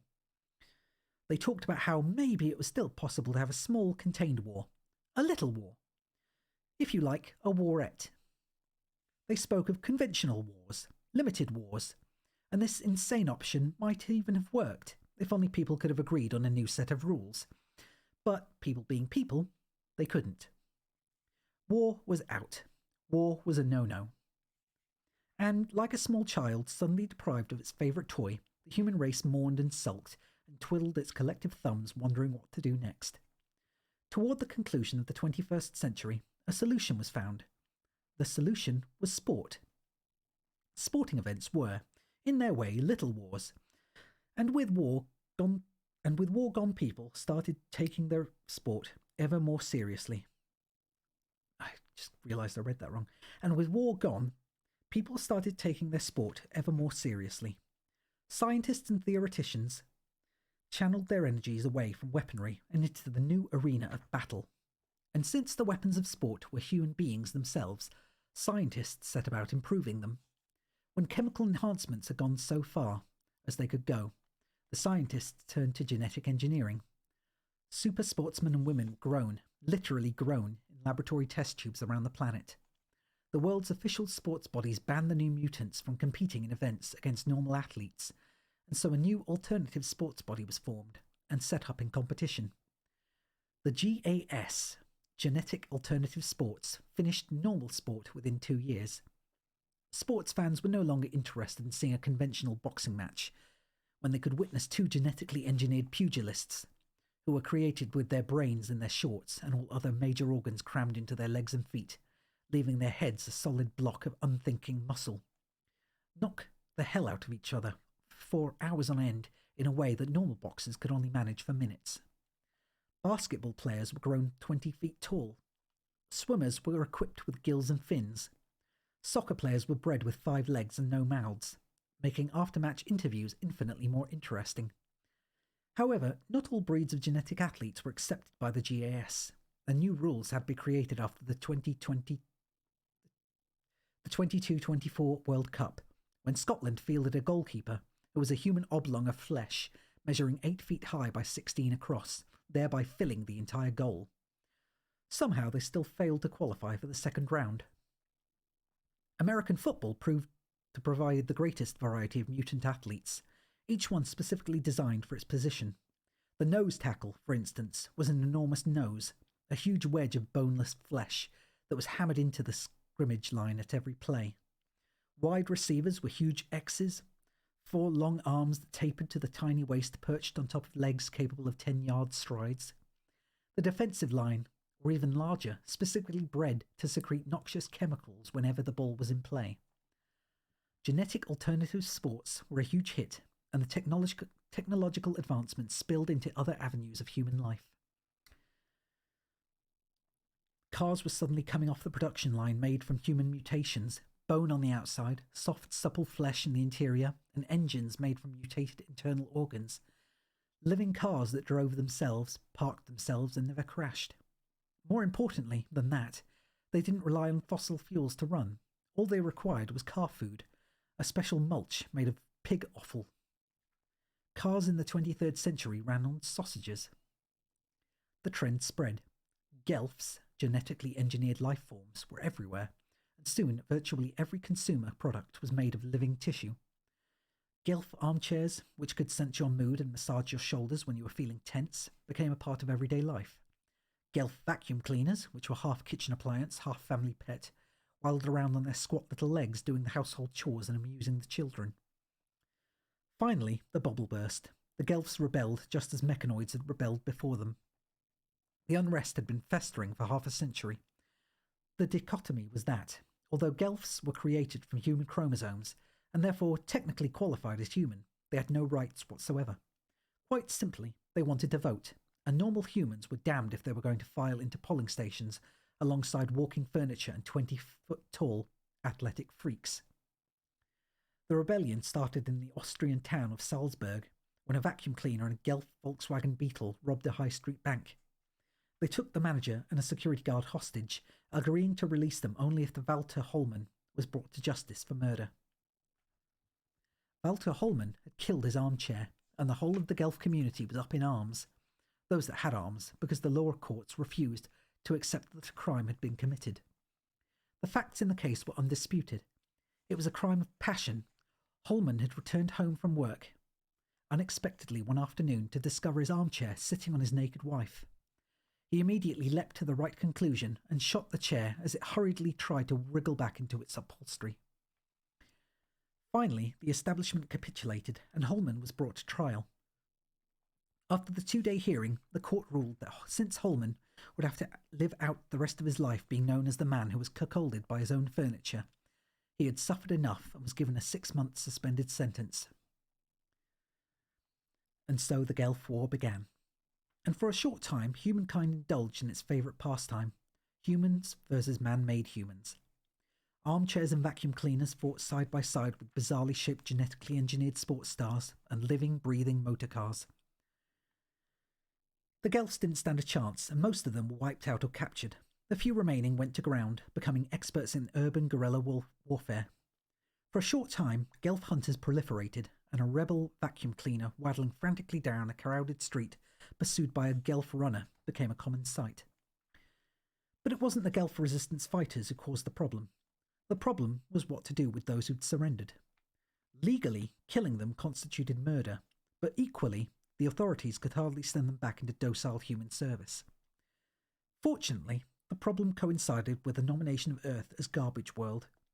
All the captured Gelfs were dumped like refuse on the island of Zanzibar and left to die. Most of them did, but not all. Some survived. Not the brightest, not even the biggest, just those best equipped to cope with the harsh rigours of living on a planet swamped in toxic waste and choking poisons. The ones who could endure the endless winter as Earth soared through the universe looking for its new sun. And gradually, a new strain of Gelf evolved. A creature who could live anywhere, even in the revolting conditions of Earth. A creature with a sixth sense, telepathy. A creature who was able to read its prey's mind, even though hundreds of feet of compacted ice. A creature with no shape of its own, whose form was dictated by the requirements of survival. These were polymorphs. Shape changers. They didn't need food for survival. They fed on other creatures' emotions. Their diet was fear, jealousy, anger. And when no other creatures were left on the island of Zanzibar, they began to feed off of each other, until finally there were only a handful left. Chapter 10. The polymorph who had assumed Lister's shape lay on the bunk, waiting for its energy to return after its metamorphosis, while Crichton and the toaster stared at the suddenly blank screen. What have you done now? You've caused a malfunction. At the sound of the toaster's tinny tones, Crichton's eyes rolled fully 720 degrees round in his head.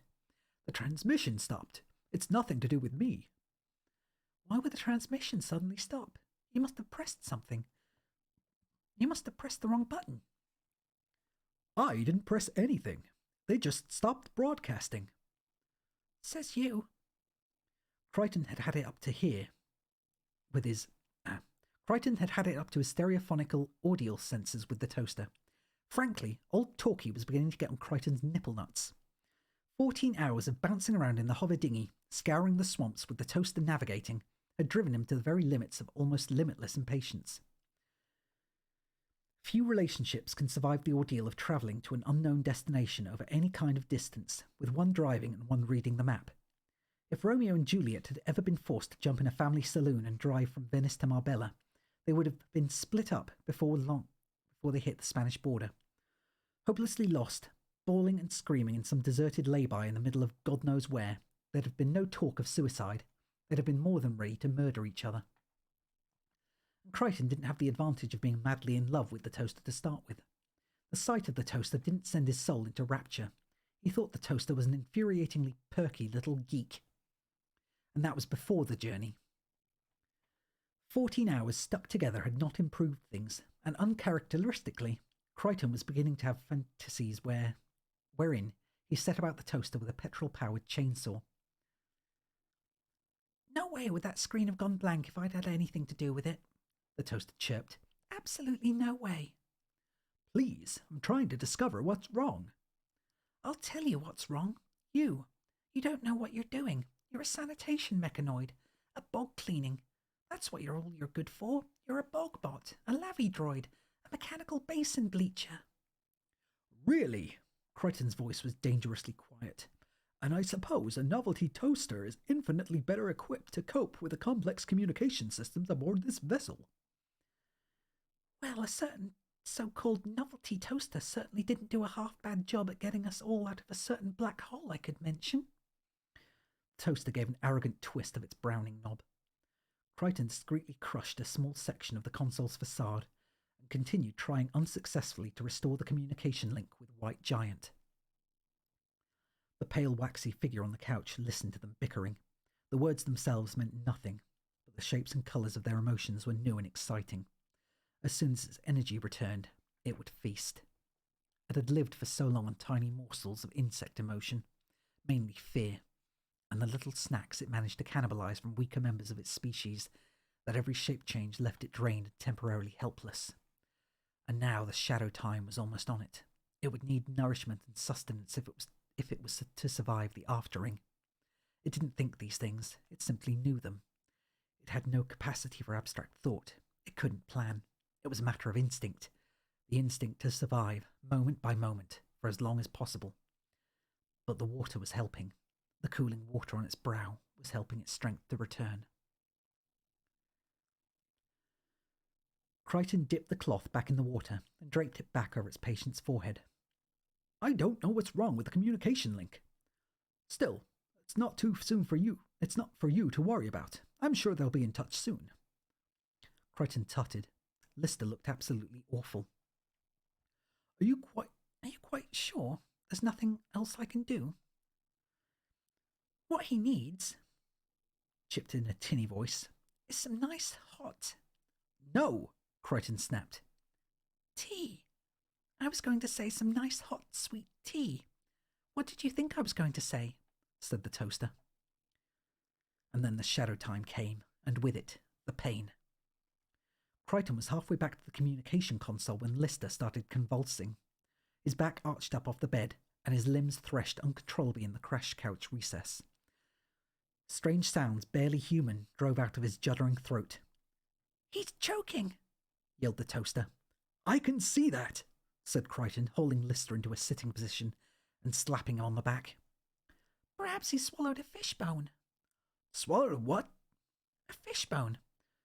And you know what the cure is for a fishbone lodged in the throat." "What?" "Dry toast. Oh joy, I've waited for a moment like this all my life. Get me some bread."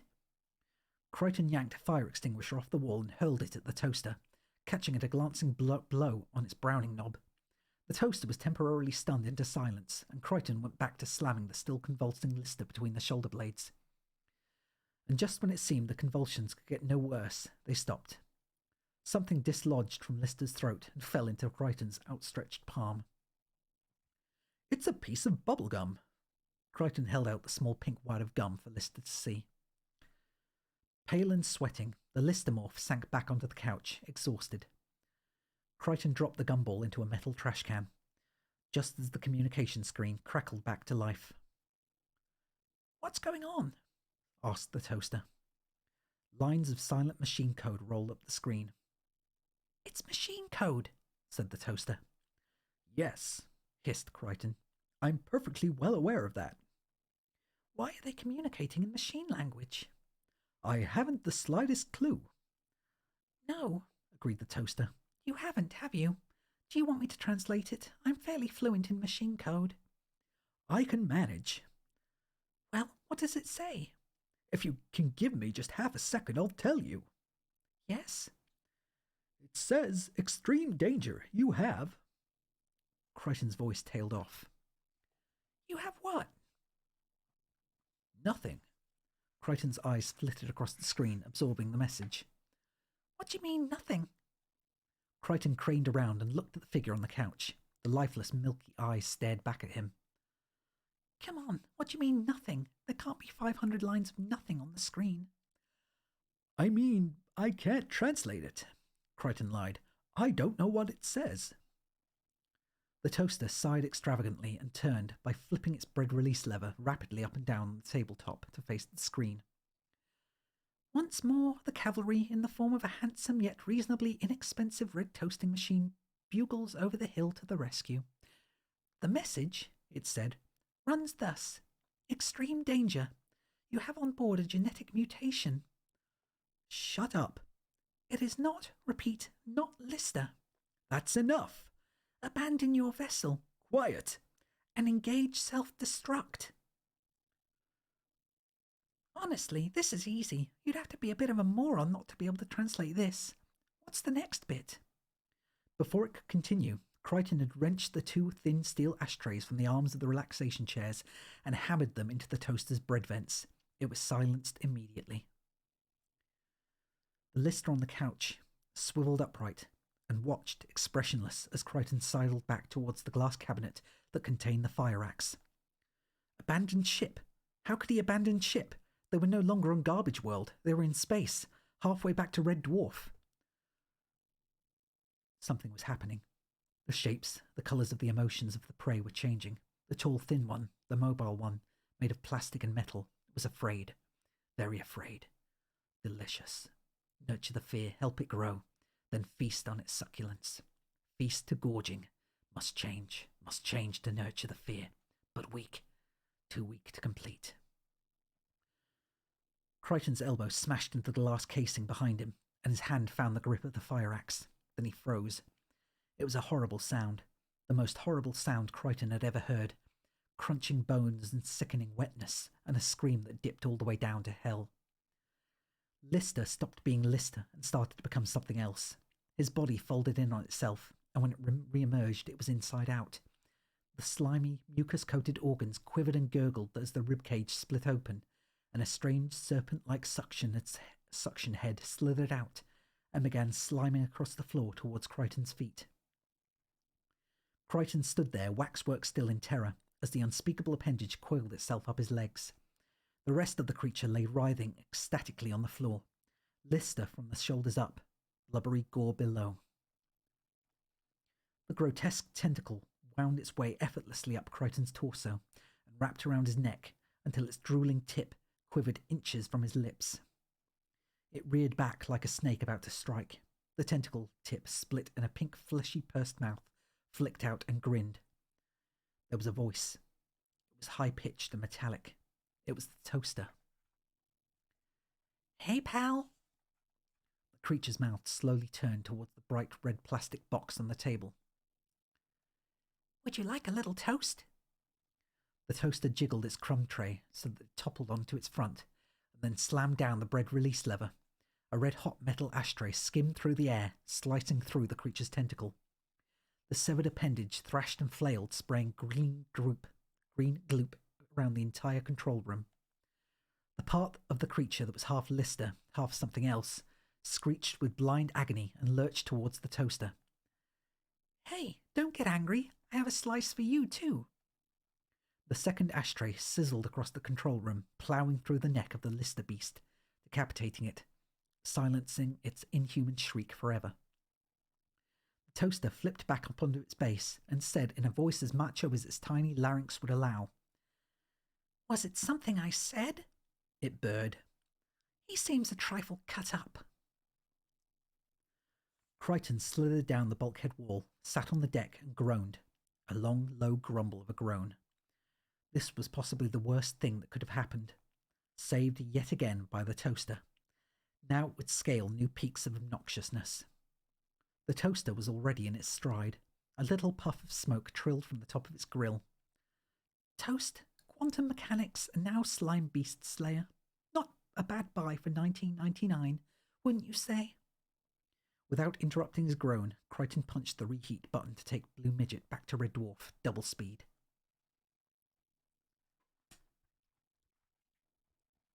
Chapter 11. It was a strange feeling for Lister, staring down at his own dead features. He shook his head. It doesn't make sense. I don't understand how you managed to kill it so easy. Hardly easy, the toaster objected. It was a mano-a-mano ninja-type struggle, where a brave, rather ruggedly handsome red kitchen appliance finally managed to come out on top. Lister wasn't listening. His finger hovered over the fire button of the heavy-duty mining laser. It must have been weak. Weak? It was on the brink of squeezing the life out of a Series 4000 mechanoid. That's how weak it was. You just can't tolerate that thought yet, can you?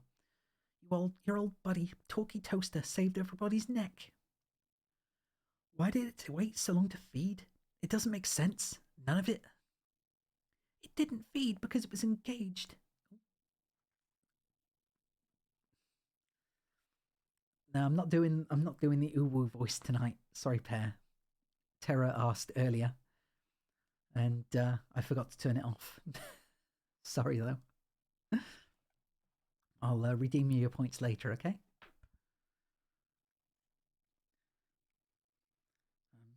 It didn't feed because it was engaged in a titanic battle, a Monte, with a samurai toaster. It was too busy trying to dodge lethal discs of red-hot steel to be thinking about nosh time. Oh, you should have seen me. I was magnificent. I feinted right. I dodged left. I was ducking and diving, weaving and bobbing. It didn't lay a sucker on me. Lister shook his head again and clicked and whistled a cockroach expletive. Crichton prodded the polymorph's remains with the shaft of his fire axe and looked up at Lister. What I don't understand is why it looks 30 years younger than you do. It read your mind. You were expecting to find me the same age as you left me. That was the only data it had, so it turned into what it knew you were looking for. Rimmer stood outside the hatchway on the embarkation ramp, still steadfastly refusing to enter Blue Midget. You've encountered these things before, then? He called to Lister. Lister nodded. Once, one of the scouting roaches brought one back to the valley, wiped out half the settlement before we finally punched its card. After that, we always kept lookouts, but no others ever showed up. I don't think they're that intelligent. They're like minor birds. They're copying things without really understanding what it is they're copying. So what now, Mr. Lister, sir? I don't want to take any chances. I think we should shoot Blue Midget into space and detonate the auto-destruct. Destroy Blue Midget? Rimmer's head leaned in through the hatchway. We've already lost Starbug. That leaves us with only one transport left. Rimmer, I know what these things can do. It's dead. It can't do anything. I know, but I want to get rid of it. Every last bit of the smegger. And the only way to be sure of that is to torch the ship. Rimmer continued his protests all the way to the shuttle bay launch suite, but Lister was adamant and stubborn in a way he'd never been when he was younger. There was simply no arguing with him. They were gone. It was safe now to move, safe to change. The wad of pink gum folded in on itself and began to fizzle as it turned into a cloud of steam and floated out of the metal trash can towards the airlock. The steam wrapped itself into a ball and solidified into a round black stone. The stone clanked loudly as it hit Blue Midget's deck and rolled up against the airlock door. Then the stone became ice, and ice became water, and the water tried to seep out through the airlock seal. No way out, not here. The water became steam again and wafted around the craft's interior, looking for an exit. Nothing. The whole craft was airtight. Then the engines rumbled, jets fired, and the vessel began to rise. The steam floated up to the rear viewport window, became a fly, and flung itself against the reinforced glass. Blue Midget buckled and bobbed as its steering jets swung the craft round and aligned it with the damaged bay doors. The fly became a feather and floated ineffectually against the glass. The feather became a bullet. Its rear end ignited, and it blasted against the glass, ricocheting back and tumbling once more to the deck. It lay in silence. It was young. It knew of no more shapes. It needed more knowledge. Something primeval inside it, some instinct it didn't understand, told it to seek out the minds of its prey. The signals were weak, only just in range. It searched through their memories and changed into things it found there. Many things, and none of the shapes it became could get through the glass. Blue Midget passed under the bay arch and swept out into space. And it was only then that the creature turned into the one thing that could pass through the glass. A light beam. It became a beam of light that flashed through the glass and streaked back through the open bay doors. It was back on Red Dwarf. It became a small puddle of water, the least demanding of its shapes, and rested.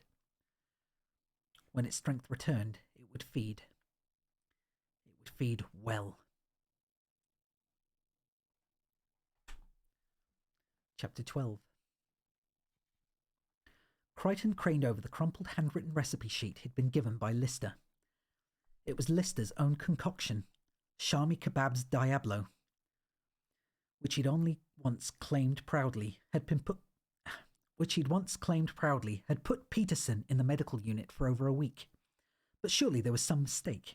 The amount of chili peppers called for could have launched a 3-stage deep space probe from Houston Mission Control to the outer reaches of the galaxy. This wasn't a Shami Kebab. It was a thermonuclear device. Still, orders were orders. Crichton plugged the food blending attachment into his groinal socket and thrust his hips towards the mixing bowl. It was something of a design flaw with the Series 4000 that the power socket was so indelicately placed. It looked particularly preposterous whenever Crichton was called on to use his 3-foot vacuum hose. He tugged his right ear and the blender whirred into life. He whistled happily and began mincing together the ingredients of the kebab. Thin, fast beads of water battered over Lister's body as he gloried in the warmth of the shower. He filled his cupped palm with a ludicrously generous amount of shampoo and massaged it into his already well-lathered scalp. Shampoo and soap were two of the luxuries he'd failed to duplicate adequately on Garbage World. For a third of a century, he'd had to wash using salt. His attempts to make real soap by boiling decomposing vegetable fats had proved too revolting for words. He'd always ended up smelling worse after he'd bathed than before he'd started. He finally gave up his soap-making attempts when he noticed that the cockroaches had started avoiding him, and ever afterwards relied on salt. He blinked through sudded eyes at his reflection in the cubicle's mirrored wall. He hadn't bothered with mirrors as a vanity device. He really had no desire to impress roaches with a well-groomed appearance, and all the mirrors and reflective surfaces he'd collected over the years were used to harness the sun's heat. It was strange having an old body. He still thought of himself as a permanent 25. Where did all the years go? Who'd stolen that fabulous body he'd once had a couple of months when he was 18? Who'd given him this one instead? Okay, so it was pretty well reserved for its 61 years, and curiously, it was fitter in many respects than when it had first arrived on Garbage World, thanks to all his labours in the field. But there was no getting away from it. He now lived in a body that was 9 years away from being 70. Nearly 70. Soon he would have to face the fact that in all probability he would never play professionally for the London Jets. He might not even live to see the conclusion of his plan to tow Earth back to his solar system. He heard a voice through the shower's roar and turned down the taps. It was Crichton. "Ready in 2 minutes, Mr. Lister, sir." Lister smiled. He was 2 minutes away from his first Shami Kebab in 3.5 decades. He'd given up meat, of course, on Garbage World, and he had no regrets about that. But Shami Kebabs was something else. Fantasizing about this Indian hors d'oeuvre had kept him going when times had been rough. And now he was going to have one. He chuckled out loud and began clicking and whistling an upbeat cockroach song as he rinsed the soap from his hair. Crichton pulled on 3 sets of oven gloves, one on top of the other, and took the 3 sausage-shaped kebabs out of the oven. They looked innocent enough, but quite frankly, he'd have felt safer handling them wearing an asbestos suit, preferably with long-range, remote-controlled mechanical arms. These babies were hot. He put the plate on the sleeping quarters table and backed away nervously. Dinner is served, sir. Just coming. As Crichton crossed the sleeping quarters, a small, brightly patterned beach ball bounced through the hatchway and into the room. Crichton caught it on its fifth bounce, placed it on the table next to Lister's kebabs, and went outside into the corridor to investigate. There was no one there. The corridor was empty. Crichton ducked back into the sleeping quarters. Now the beach ball wasn't there either. Crichton failed to notice that the 3 kebabs on the plate had become 4. Hey! Lister stepped out of the cubicle, tugging together the cords of the shower robe. Shami kebabs, he orgasmed. 34 years? I hope you haven't skipped on the chilies there, Crichton's me old buddy, old pal. Lister sat down and prepared to eat. As his fork bore down towards the plate, one of the Indian sausages leapt out of the bed of lettuce and hurled itself around his throat. He catapulted back and crashed into the ground in his chair, his desperate fingers clawing at the choking kebab, his legs kicking and bucking. Crichton turned from the wash basin at the sounds of Lister's agonised writhing. He shook his head and tutted. Are you seriously telling me you like them that spicy? Lister gagged. His face started to blacken. Far too many chili peppers, Crichton clucked. Didn't I tell you? Lister's eyes bulged as he rolled over and over on the sleeping quarters floor. And this is your idea of an enjoyable snack. It's sheer insanity.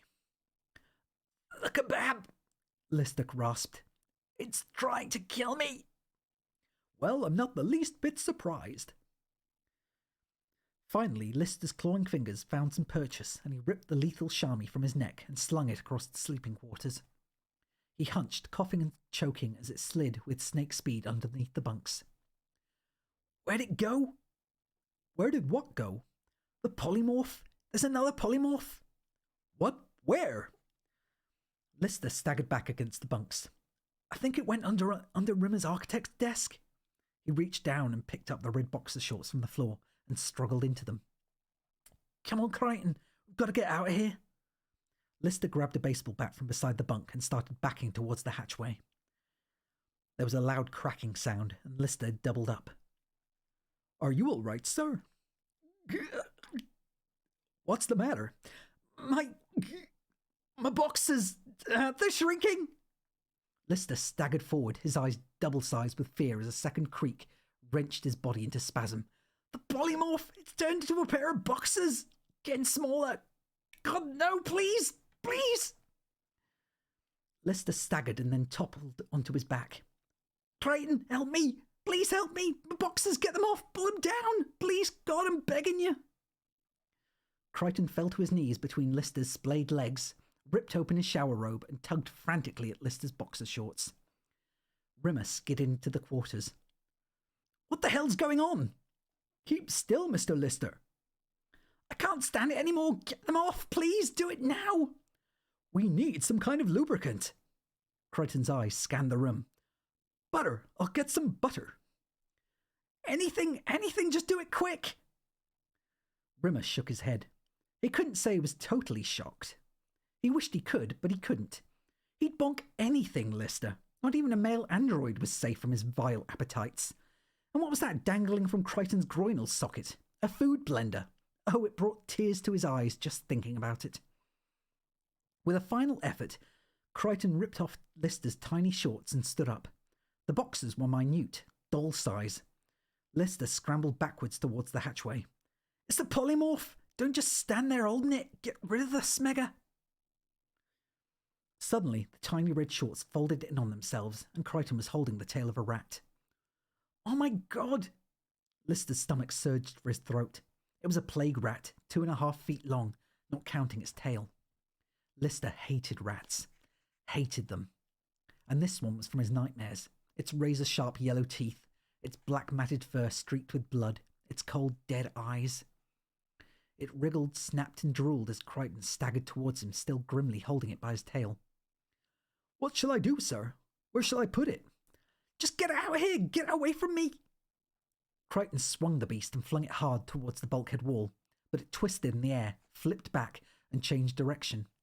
Lister watched in adrenaline-induced slow motion as the rat landed. On his face. Wah! A voice Lister had never heard before screamed up from deep inside of him. He felt the rat's fetid breath crawl up into his nostrils. Oh my god! Then the most hideous, revolting, disgusting, foul, vile thing that had ever happened to Lister happened to Lister. Some of the rat's rabid spittle drooled into his gaping mouth. Oh shit! Lister's fear was complete. Terror pushed him to the very edge of insanity. Then it happened. The rat's head folded in on itself, split open, and disgorged the polymorph's feeding tentacle. The slimy, puckered mouth on the tip of the tentacle smacked onto Lister's head, and the polymorph began to feed. Crichton ripped the half-rat from Lister's face and pitched it against the bunkside wall. It squelched down the wall, leaving a trail of gloop and gore, and fell into the open laundry basket. Crichton launched himself across the quarters and slammed down the lid. Lister rose from the floor and picked up the baseball bat. I hate rats, he shuddered. They freak me out totally. They're my second time all worst fear. Rimmer cleared his dry throat. What's your first?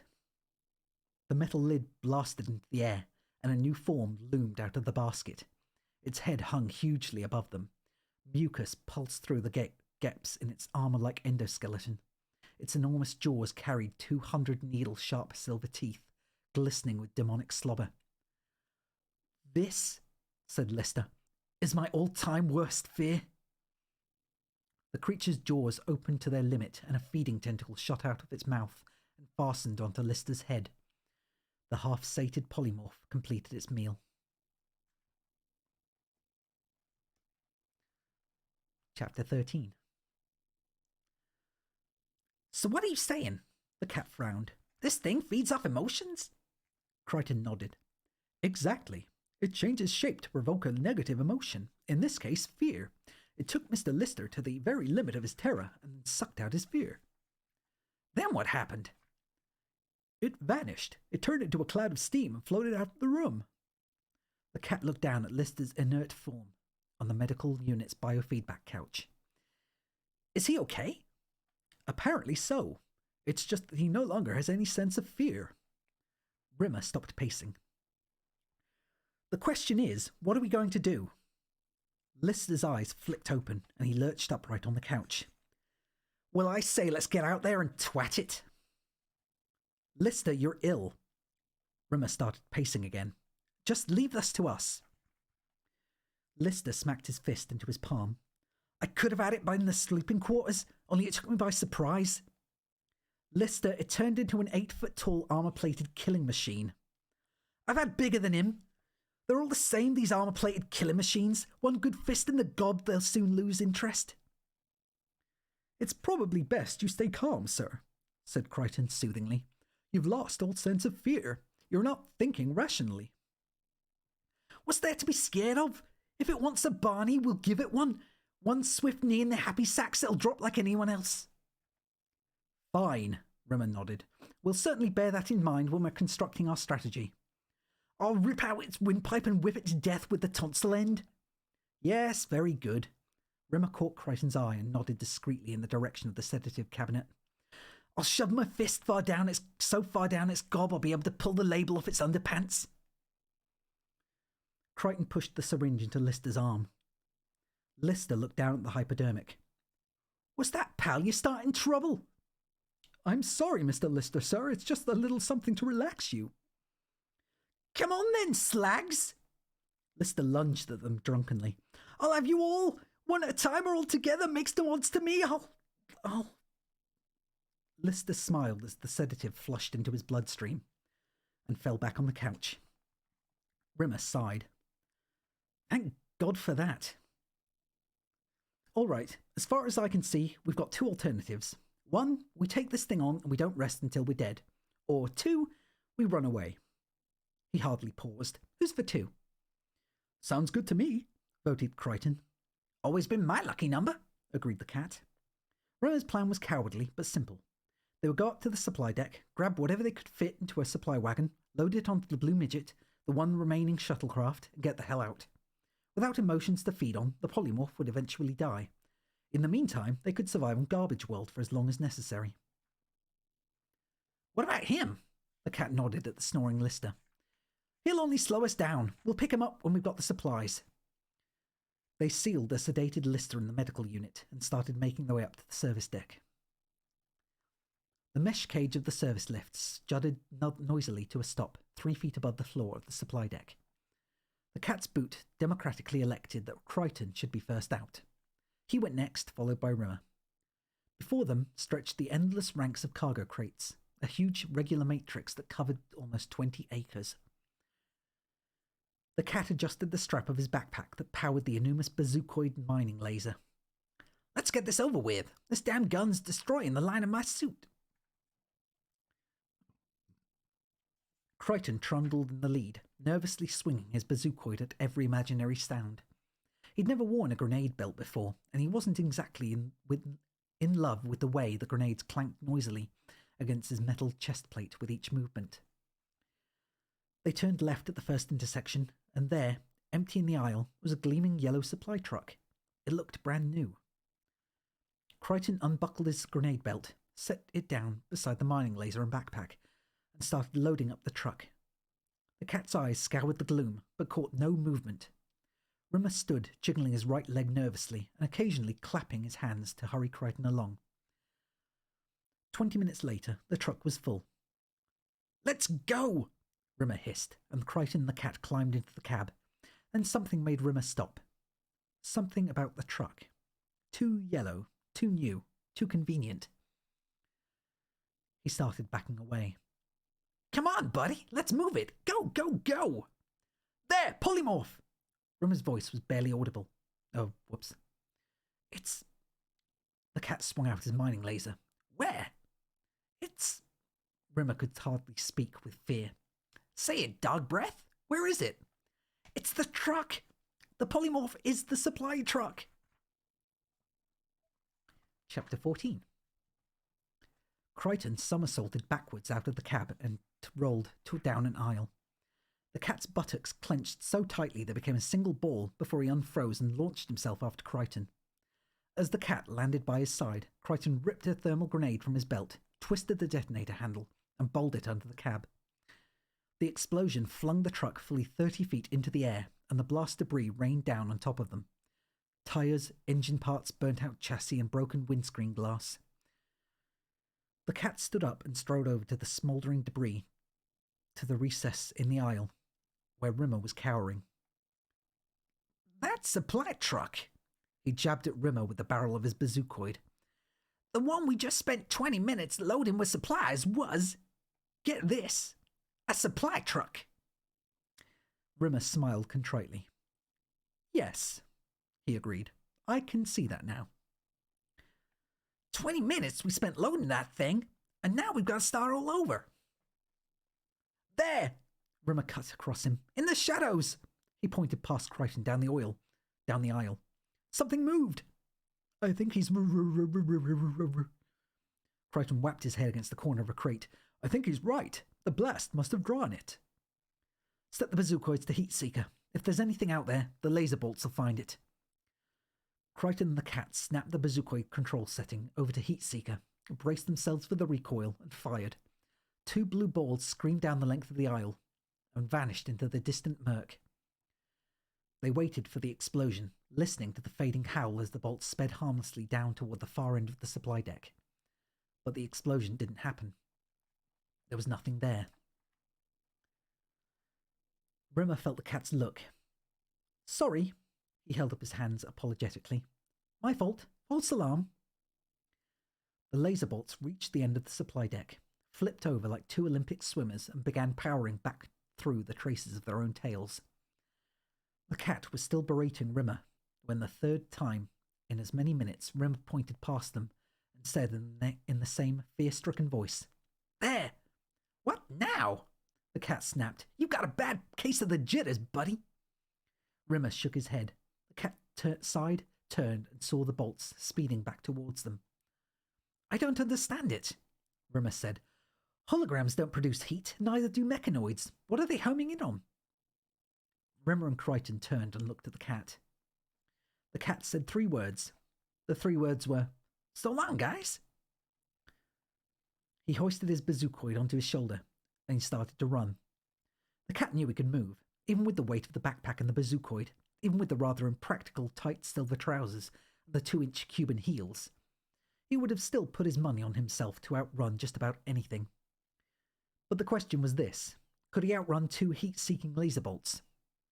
The honest truth was, he didn't know. He had no idea whether it was possible to shake off 2 spinning bolts of death whose entire existence was dedicated to finding something that emitted heat and blowing it up. Still, he thought it would be a good idea to try. So he did. His neck craned back and his knees pistoned up and down, pumping so high they beat his chest with every step. He heard the bolt's distinctive zzz as they rounded the corner and ripped down the aisle in pursuit. As the next intersection, he zigged left and zagged right. The sound of the bolts faded slightly. He could corner faster than they could. Hey, things were looking up. Sure, they were faster than him on a straight, but if he kept turning, if he found enough corners, he could outrun these suckers until their power ran down. He was feeling good now. This wasn't going to be nearly as difficult as he expected. He came up to a maze of intersections, twisted left, right, and left again. Behind him, he heard the bolts overshoot a turn, and their low humming throb dimmed in volume. He'd bought himself a couple of seconds he badly needed. He pulled out a mirror and checked his hair. It was still perfect. He pulled out a small metal cylinder, freshened his breath, and took off again. Another right, another left, another right. And suddenly he was in a straight. A long, narrow corridor lined with cargo crates, 300 yards without a turning in sight and no exit. Just a door at the very end of the corridor marked lift. The bolts rounded the bend and behind him. The confident grin dribbled off his face. Then the cat did the most stupid thing possible. He stopped. He planted both feet firmly on the grilled metal deck and waited for the lasers to hit him. Half a second before they did, he climbed into the air. He kicked his legs above his head and backflipped his feline form over the sizzling bolts. He watched them as they soared down the aisle before they corrected their course and curved back towards him. He started to run. He started to run straight at them. 2 feet from impact, he launched himself upwards again, and Fosbury flopped over the deadly blue missiles. Again they roared by underneath him, prepared to turn. He glanced down the aisle and started towards the lift. The metal on his Cuban heel spat sparks as he skidded up to the lift and slapped the lift call button and waited. Nothing happened. He slapped it again. The laser bolt streaked towards him. He slapped it a 3rd time, and the doors opened, but too late. He felt the bolt's heat on his face and ducked, simultaneously slapping the door close button. The doors hammered shut and trapped them. The cat peered in through the observation window and watched the bolts helplessly swirling about inside. He pulled a tiny silver toothbrush out of his jacket pocket and started to groom his eyebrows. You either got it, or you ain't. And you little blue guys, you ain't even close. Ooh. Sorry, I was getting very messed up with all the scat and sputs there. And I already have a trouble pronouncing the sput and skull words. Just gonna have a drink.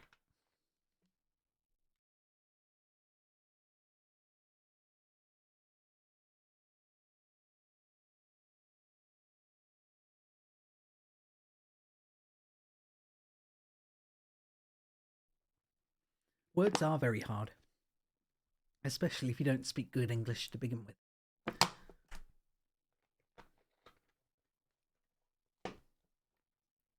Okay.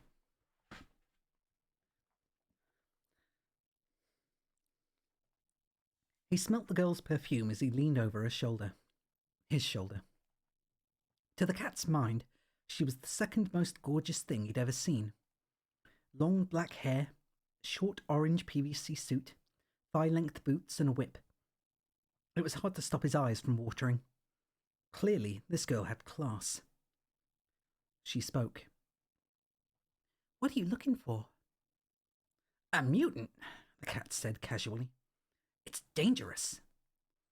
His eyes half closed and his eyebrows smoldered above them.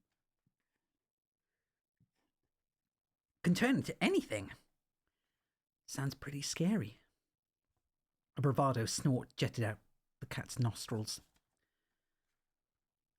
Must take a pretty brave kind of guy to do this kind of work. You think? And smart. But you have to be smart, too. Definitely. You've got to have your wits about you all the time. Don't let up for 1 second or it'll sneak up behind you and blip your dog meat. They reached out an intersection. The cat held up his hand and leant out. When he was satisfied it was safe, he beckoned her forward with a nod of his head. Come on, baby. Did anyone ever tell you you're quite a guy? The cat shrugged. Not since this morning.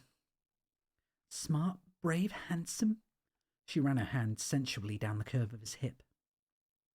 In fact, I think you're probably the best-looking guy I've ever seen. Well, he laughed modestly, I didn't want to be the first to say it. You know what I'd really like? She tormented the button on his jacket with a long-nailed finger.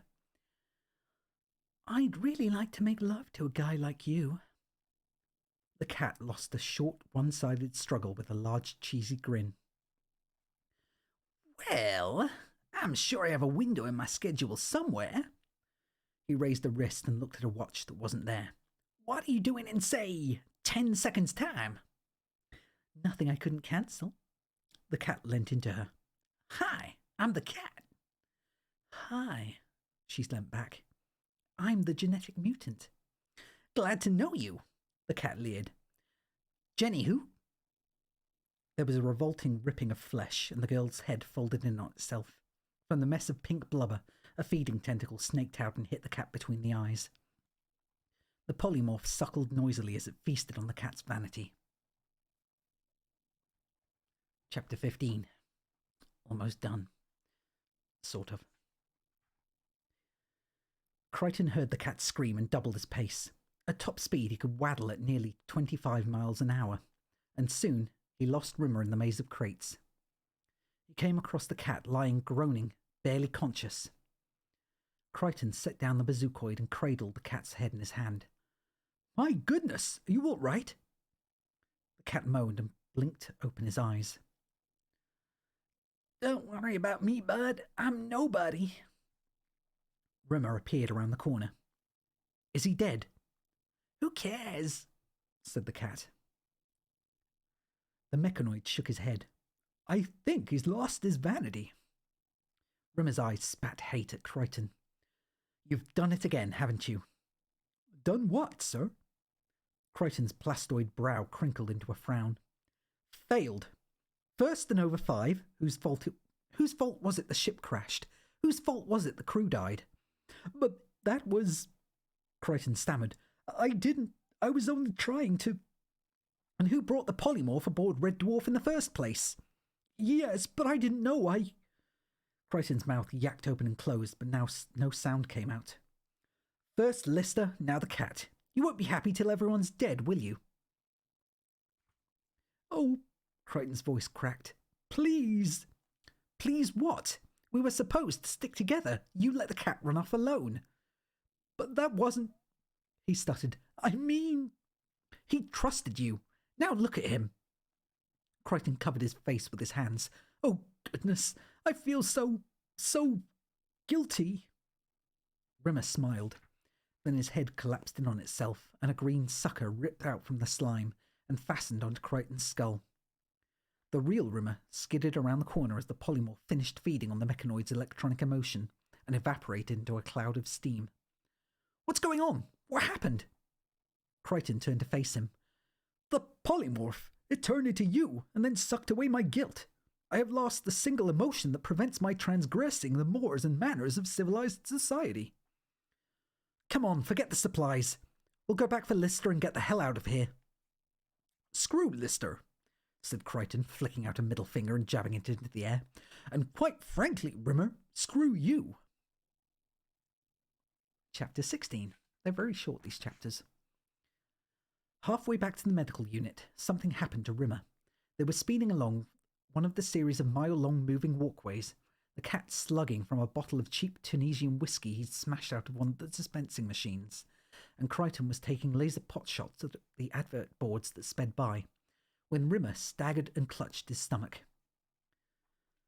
Crichton shot out the mouth of a man advertising toothpaste and turned, sniggering, to see Rimmer totter to his knees. "What's the matter to you, groin breath?" "It's inside me," Rimmer gasped. "The polymorph." "Oh, is that all?" Crichton tutted and went back to his target practice. The cat blew his nose into his tie and belched twice. "How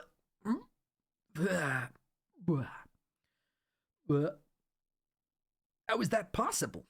It's not here." Crichton blasted the kooky koala bear out of existence.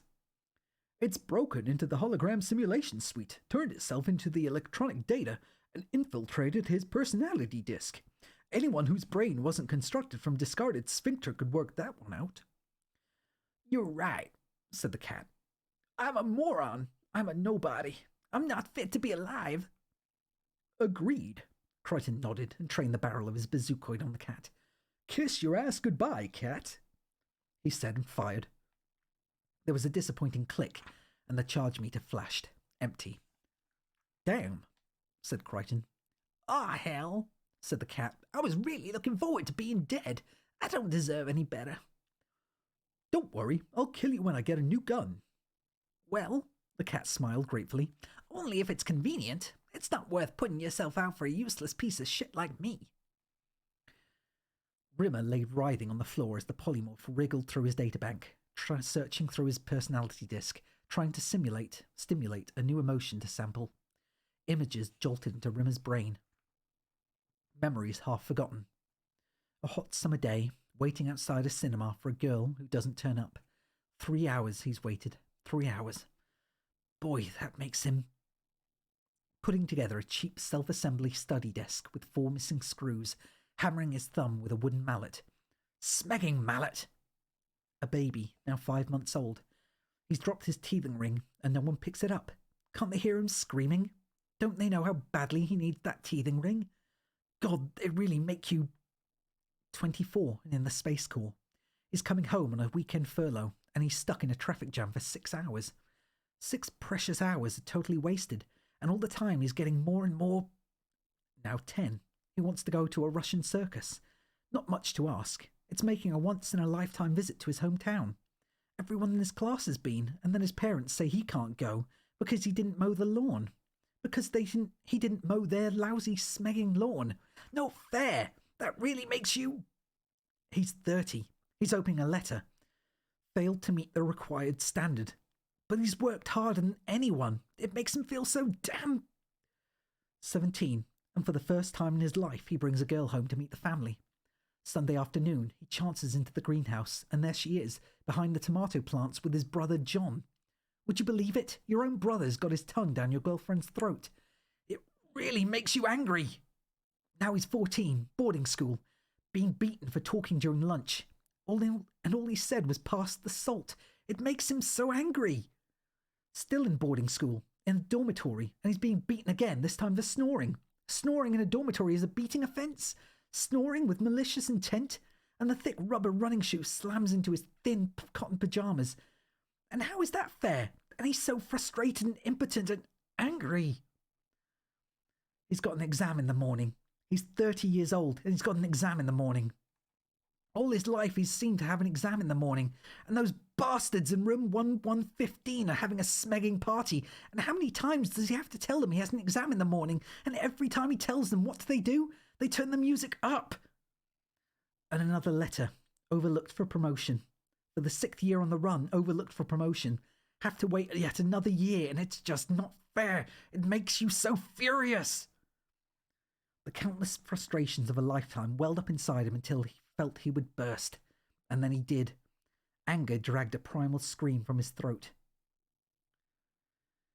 Anger dragged a primal scream from his throat. No! And 53 decks above, in the hologram simulation suite, the polymorph devoured his anger.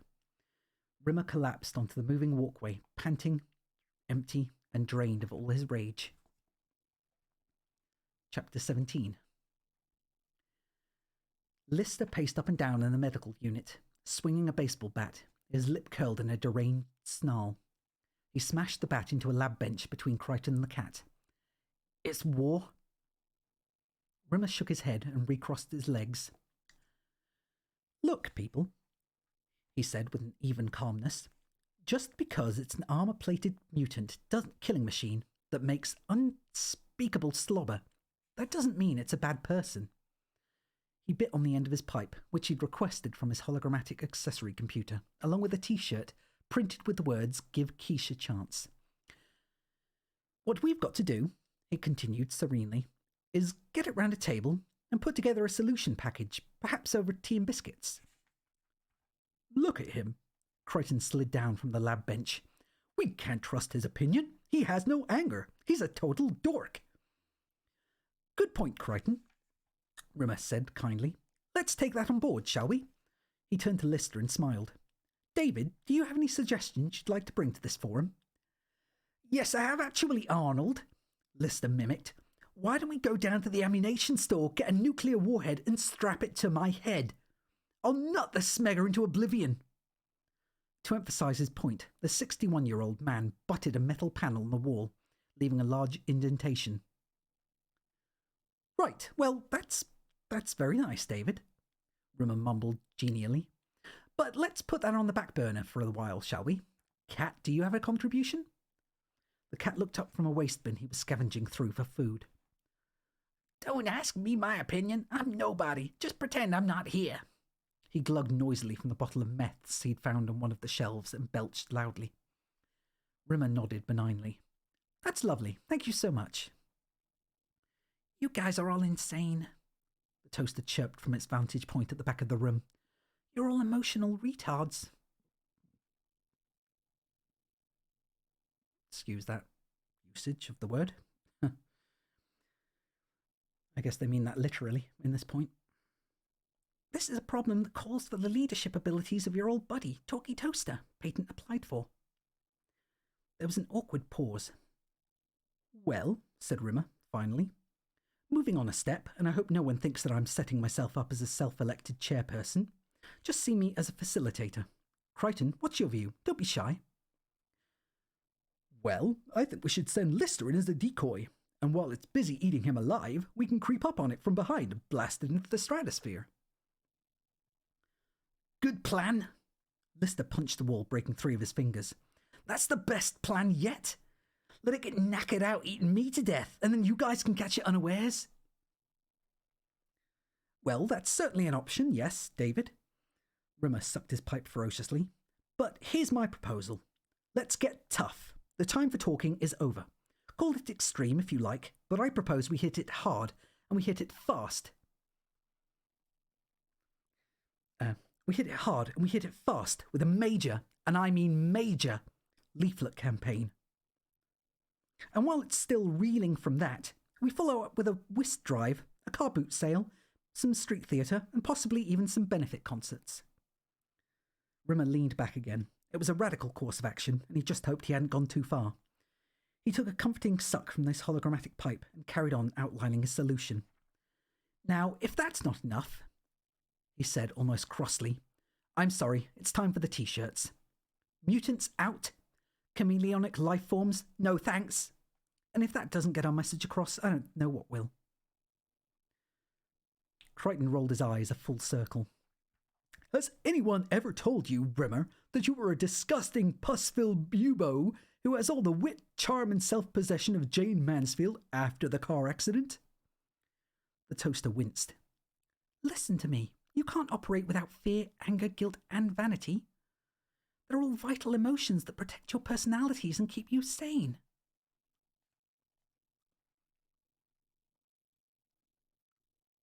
Oh, sorry.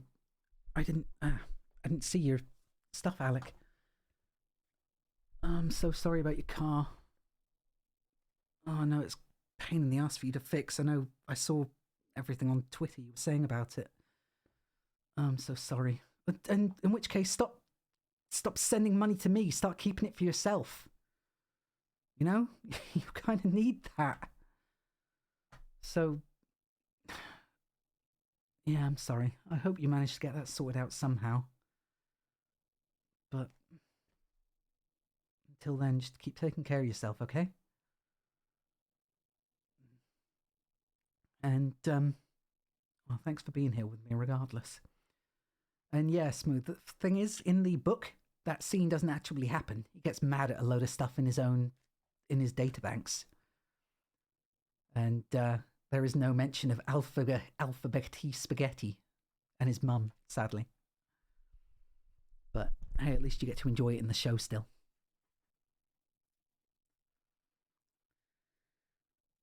Crichton nodded and walked over to the toaster. He picked it up, jammed it into the waste disposal unit, and turned on the grinder. There was a horrible sound of mashing metals. Crichton flicked the unit off, hauled out the flattened mess of components, and tossed them in the bin. He's had that coming for a long time, he said, and stamped his foot into the bin. Goodness me, said Rimmer.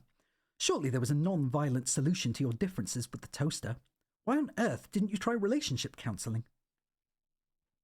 Lister clubbed himself in the forehead with his baseball bat. Listen, you bunch of tarts. It's clobbering time. There's a body bag out there with that scudball's name on it, and I'm doing up the zip.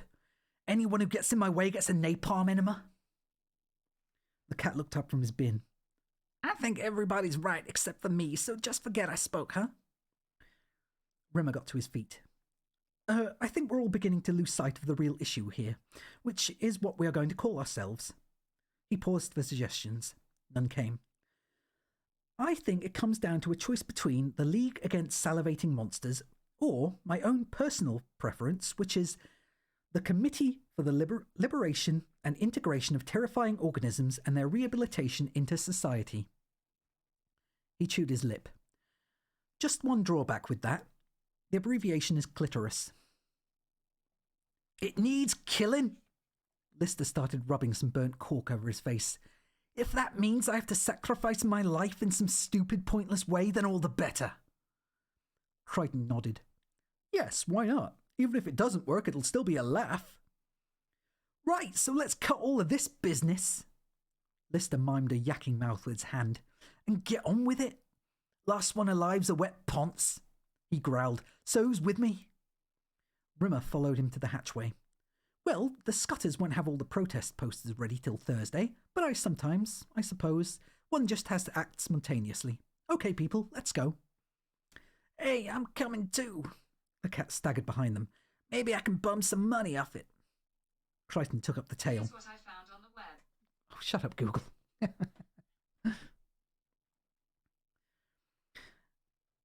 Crichton took up the tail. Maybe if he handed the others over as hostages, the beast would let him go. He hoisted his bazooka to waist level and held the others in his field of fire. Move it, suckers!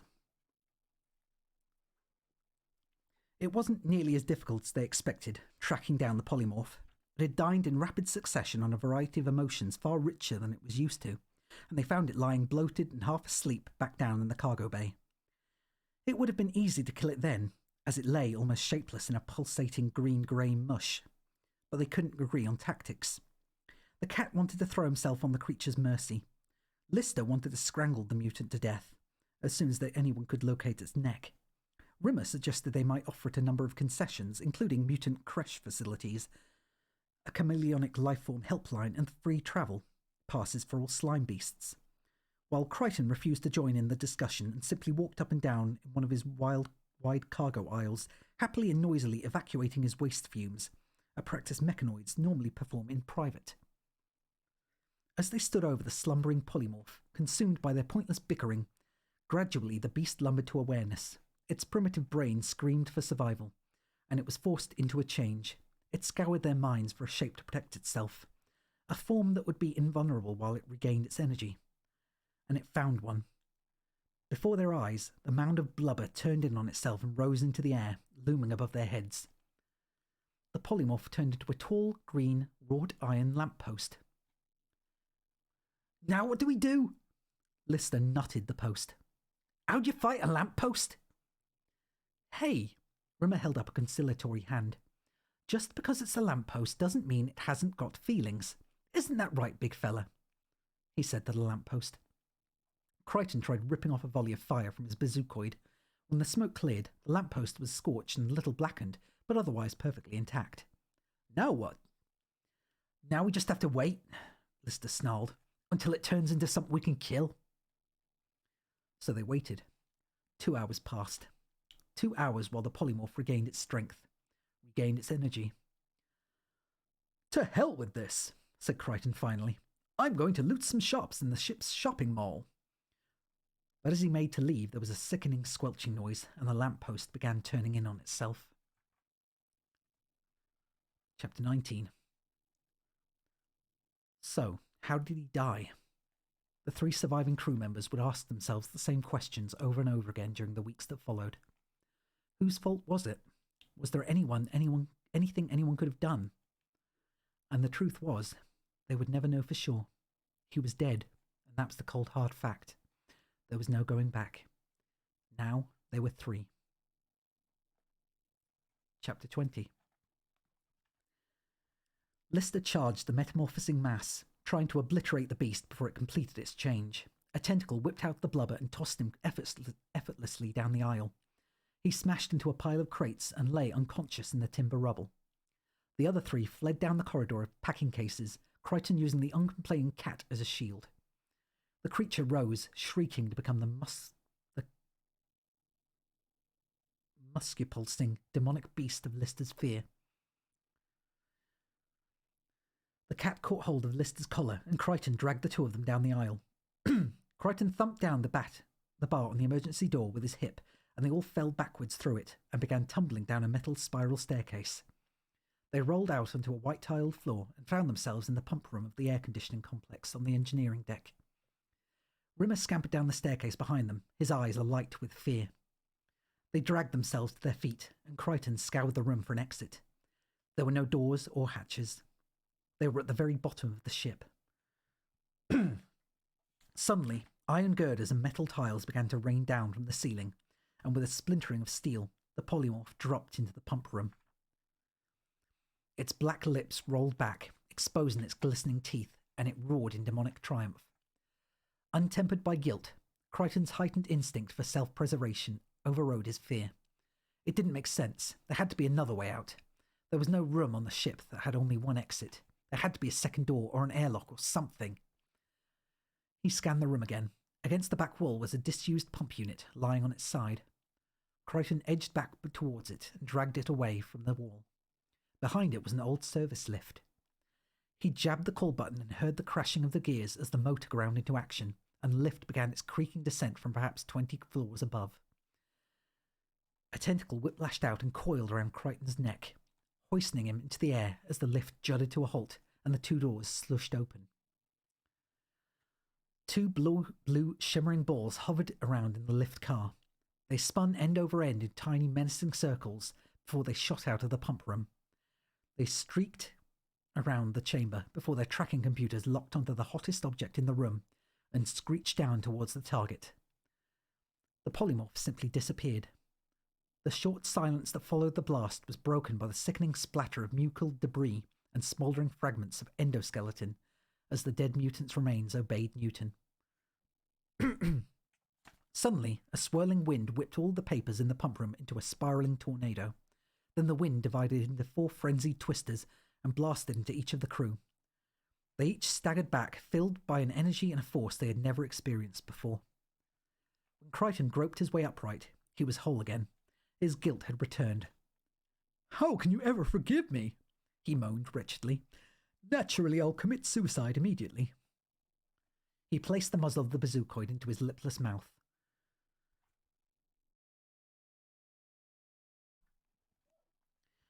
The cat batted it away. "Chill it, buddy," he said. "We all did things back there we weren't proud of. Look at me." He stood there in his ragged, stinking clothes, his hair matted and mangled. "If I don't get a bath in the next 30 seconds, I'm going to have to resign my post as the most handsome guy on this ship." "The toaster," Crichton bleated. "What did I do to the toaster?" "Lister?" Rimmer crouched over Lister's immobile form. "Lister?" he called again. Crichton hurried over and knelt by his side. He looked down at Lister's grey face. "Is he okay?" "He's had a heart attack." Crichton gently rolled Lister's head to one side and felt the side of his neck for a pulse. "Is he okay?" Rimmer said again. Crichton reached forward and open palm closed Lister's eyes.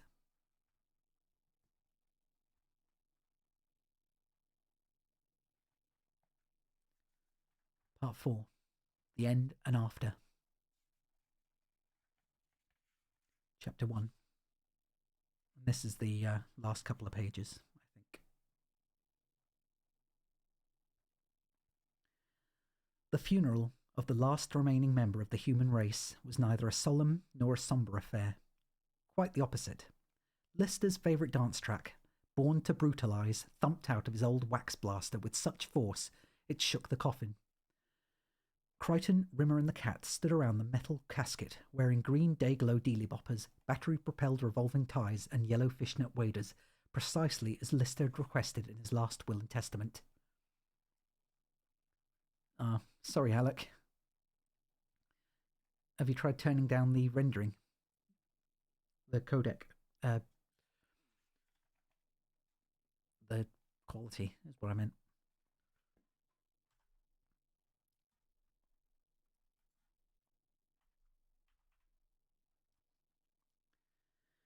Rimmer had been present, and drunken night, Lister had decided to make a will. He'd scrawled his last wishes on a pair of old boxes in red, indelible ink, and Rimmer ensured they followed the instructions to the last misspelt letter. The cat gently placed a sealed foil tray of chicken vindaloo by Lister's feet, followed by 2 spicy poppadoms and an onion salad.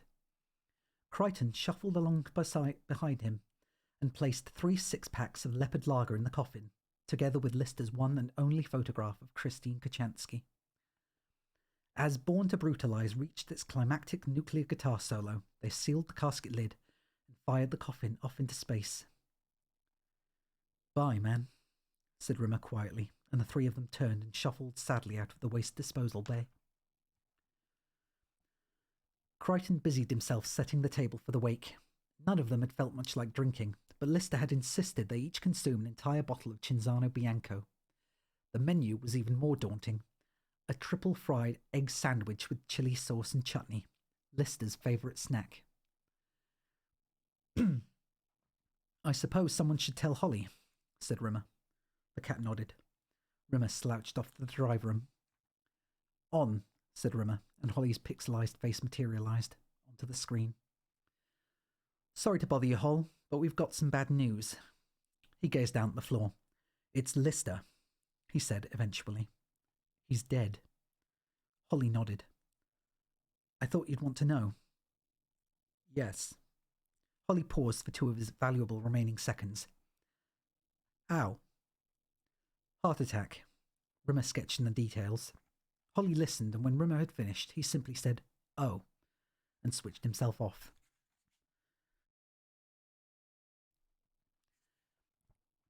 Rimmer had passed under the drive room exit hatch and was halfway down the corridor before the noise started. Printers printing. He wheeled round and walked back into the drive room. Every single printer was churning out ream after ream of calculations and instructions. Rimmer stood in the hatchway and his face yielded to a grin, which in turn gave way to laughter.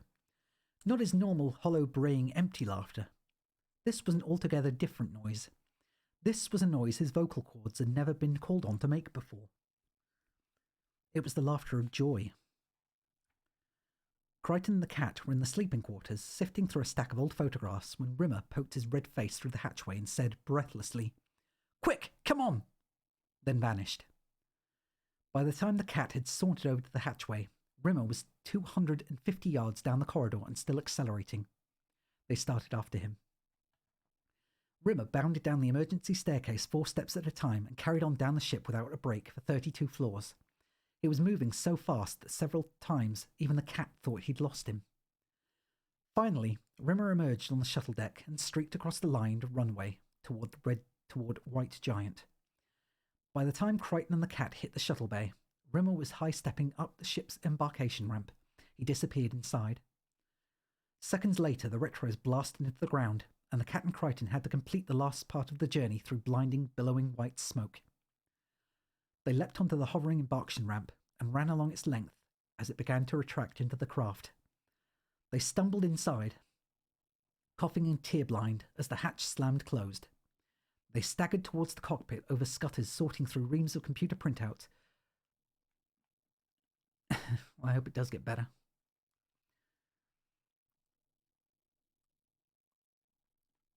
through reams of computer printout as the transport craft's autopilot taxied it down the runway and out into space.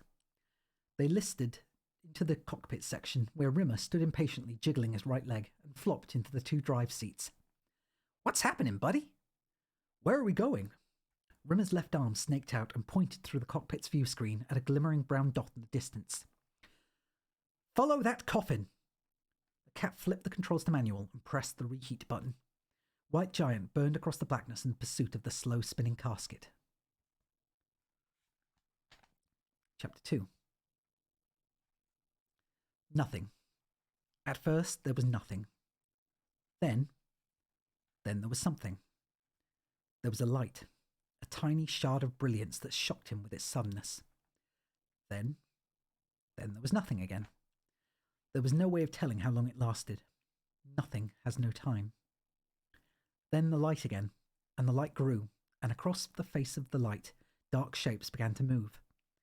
He watched as the shapes became faces. Faces he didn't know. They were concerned faces, gentle, kindly. They made him feel safe. Then he lost consciousness. But unconsciousness wasn't like nothing. It was studded with dreams. He dreamed of a garden, pungent with jasmine. He knew the garden. He knew it very well. But he had no idea where or when he knew it from. Then pain. Something exploded in his chest. He lurched upright, and there was a second implosion, and the pain was gone.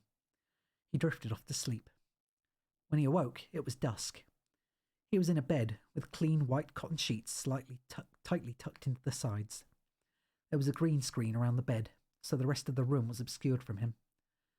By the bedside, on a cabinet, there was a huge vase full of jasmine, with some kind of greeting card nestling among the yellow flowers. His left arm, for some reason, felt weak and helpless, so he reached up with his right and plucked the card from its place. In the half-light, his old eyes couldn't focus on the inscription. He replaced the card and, overcome with weariness, slid back to sleep. When he woke again, he was moving. Fluorescent lights streaked past above him. He tried to raise his head, but a friendly hand patted it down again as the hospital trolley raced along the white-tiled corridor. They burst through 3 sets of overlapping rubber doors, and suddenly they were outside in a biting wind of cold winter air. There was a jerk, and the stretcher was hoisted off the trolley. There was a commotion. People were shouting things he didn't understand, and all the time the pain in his chest was getting worse. 2 men ran with his stretcher and slid him back into the back of a waiting ambulance. The doors slammed closed and the ambulance screeched off. "Where am I?" An oxygen mask loomed over him, and once again he blacked out. He came to as the ambulance doors swung open, and the same 2 men hauled his stretcher out of the vehicle and set it down on a pavement in the middle of a circle of people. "What's happening?" he bleated pathetically. Gingerly, the 2 men eased him off the stretcher and placed him on the cold, hard pavement. One of them packed up the stretcher and dashed back with it to the ambulance, while the other twisted his leg so it folded under his body, then lifted his head and slid his arm underneath it. The pain was unbearable now. He tilted his head weakly and watched as the 2 men jumped into the ambulance and reversed off into the busy traffic. He lay on his back, peripherally aware of the circle of onlookers. One of them, a woman, was talking, but she sounded vague and distant and he couldn't make it out. One by one the onlookers began to drift away, until eventually he was totally alone, lying in his unnatural pose on the pavement. The pain reached a crescendo and imploded in his chest. He jumped to his feet, staggered along a shop window, regained his balance and started to walk slowly down the street. The worst of the pain had subsided.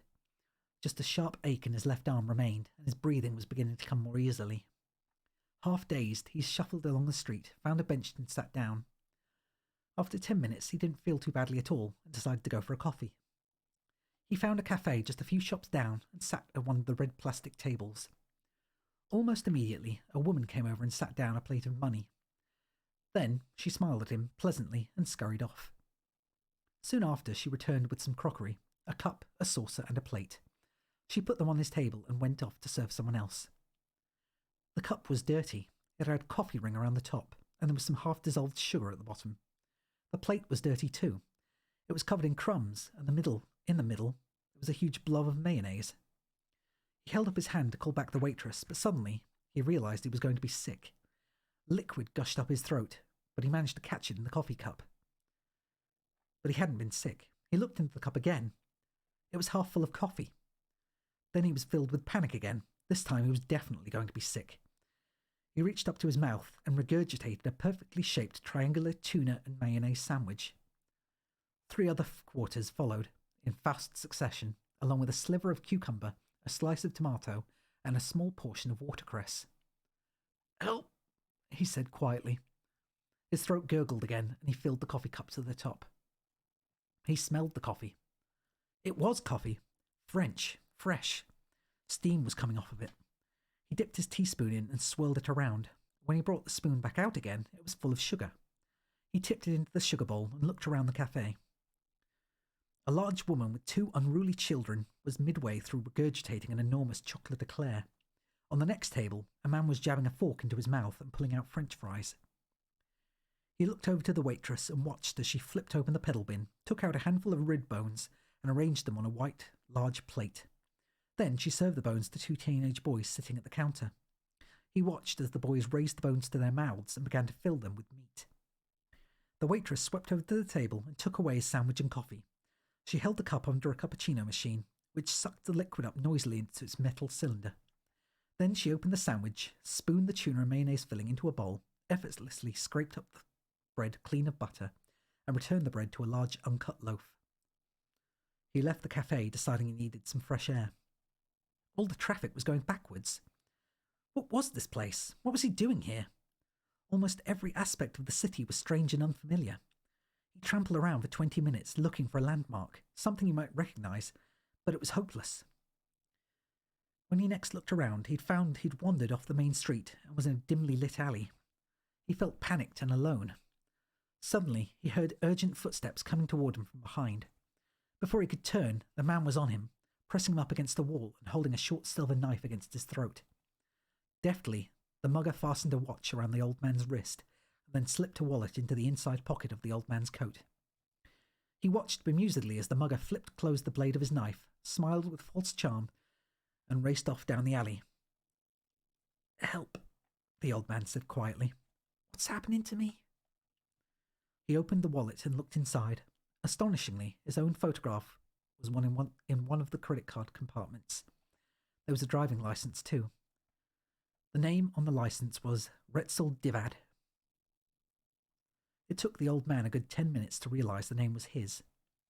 Because, like everything else in this crazy place, his name was backwards.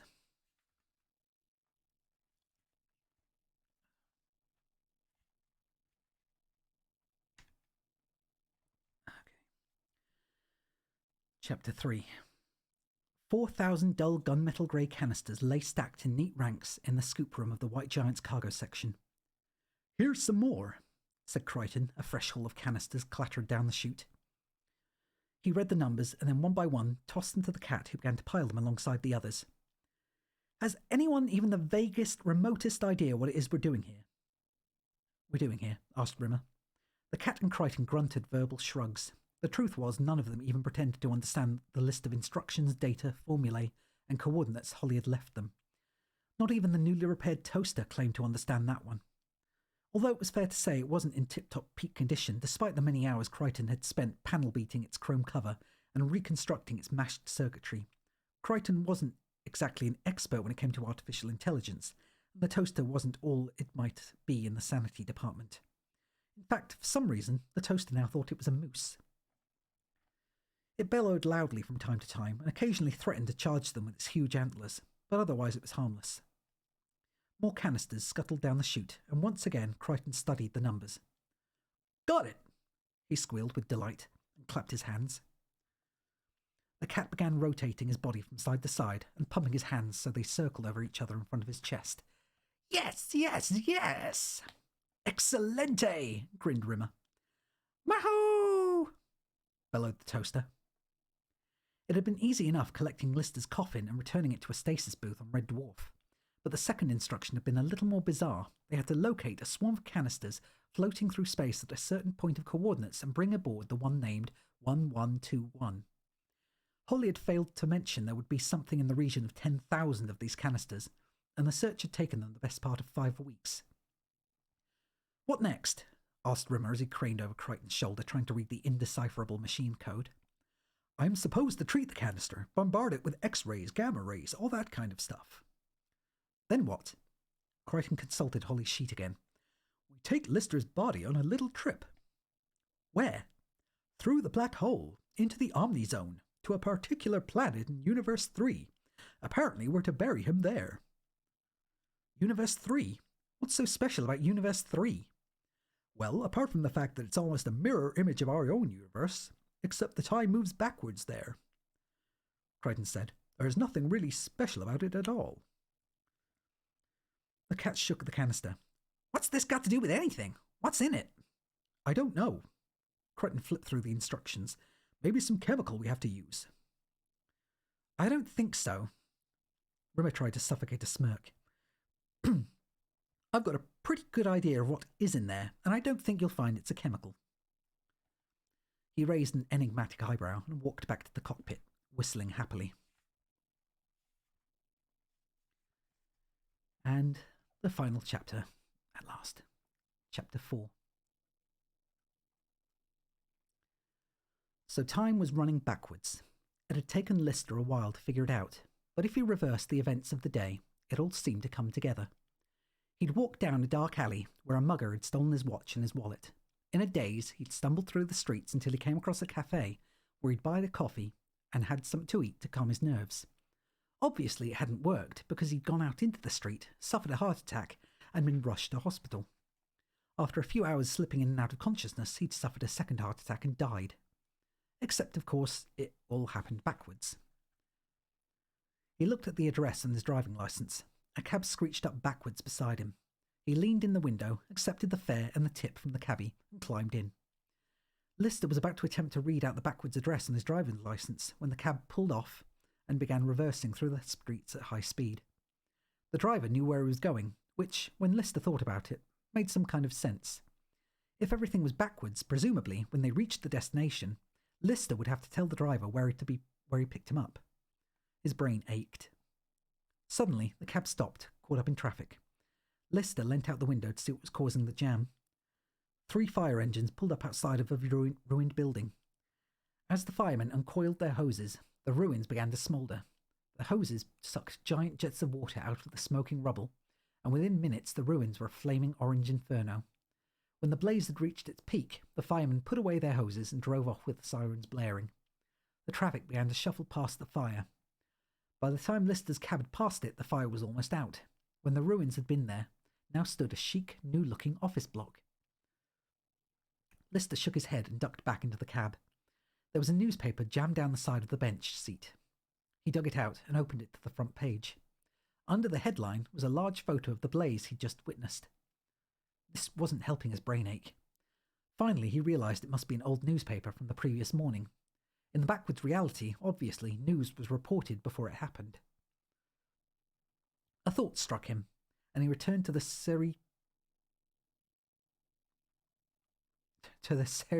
Serautibo column. Observation. No. Oh, obituaries, sorry. And there he was, Retzel Divad. It took him a while to translate the accompanying text. David Lister, aged 61, joyfully brought to life on Thursday the 21st at 11:30 p.m. See personal column. See you later, Smooth. We're just about to end now, sir. Last 2 pages. Lister feverishly ripped through the pages and found the personal column. He traced his finger down the entries and stopped when he found the one that was printed forwards. David Lister, it said. Sure everything will become clear to you. This was the only way. Obviously can't be with you. Everyone will get younger. We'll pick you up in 36 years. Be at Niagara Falls by the souvenir shop at noon precisely. See you then. Good luck from the Red Dwarf crew. They'd done it again. They'd marooned him in some insane part of the universe, expecting him to cope alone for the best part of 40 years. To do that once was bad enough. To do it twice in consecutive lifetimes, that was sheer bad manners. Lister was a social animal. He hated being alone. Always had done. He looked out of the cab window. It was beginning to rain. There should have been a saxophone player playing a wistful, melancholy blues number. The rain swirled up from the wet pavements and hurled itself into the scowling clouds above. Finally, the cab screeched to a start outside the address on the driving licence. He was home, whatever that meant. The taxi door flung itself open and Lister climbed out. He took the key from his wallet, walked up the path to the house and let himself in. It was a big house. Whatever he was destined to do for a living, it looked like he was destined to do it pretty successfully. He walked into the first reception room. Framed photographs jostled for position on the stone mantelpiece.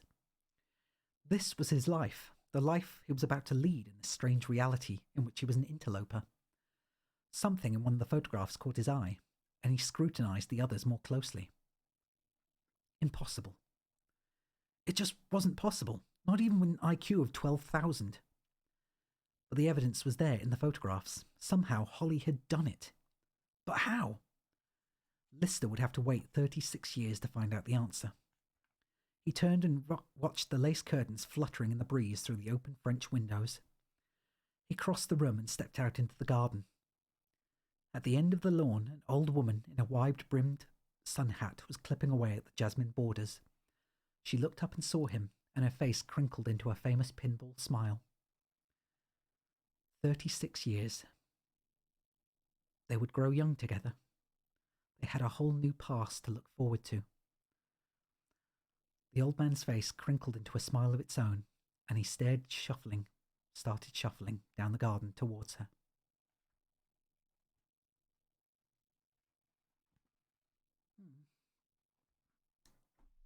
And that's it.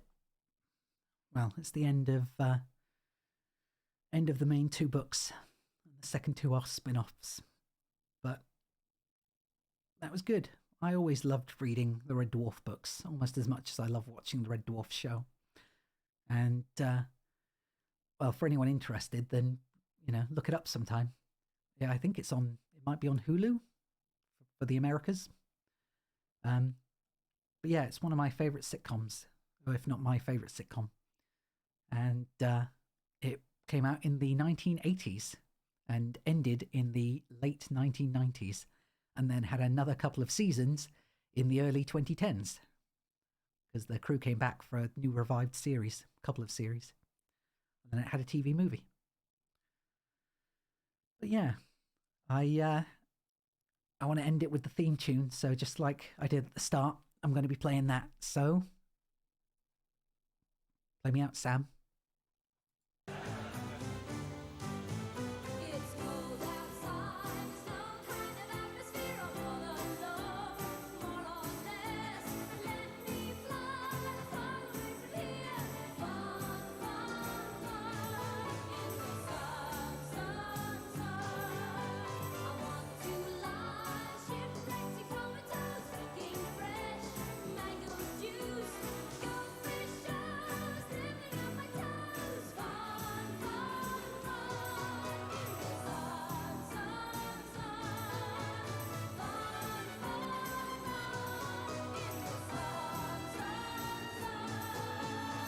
Bum bum bum bum bum bum bum bum bum bum bum bum.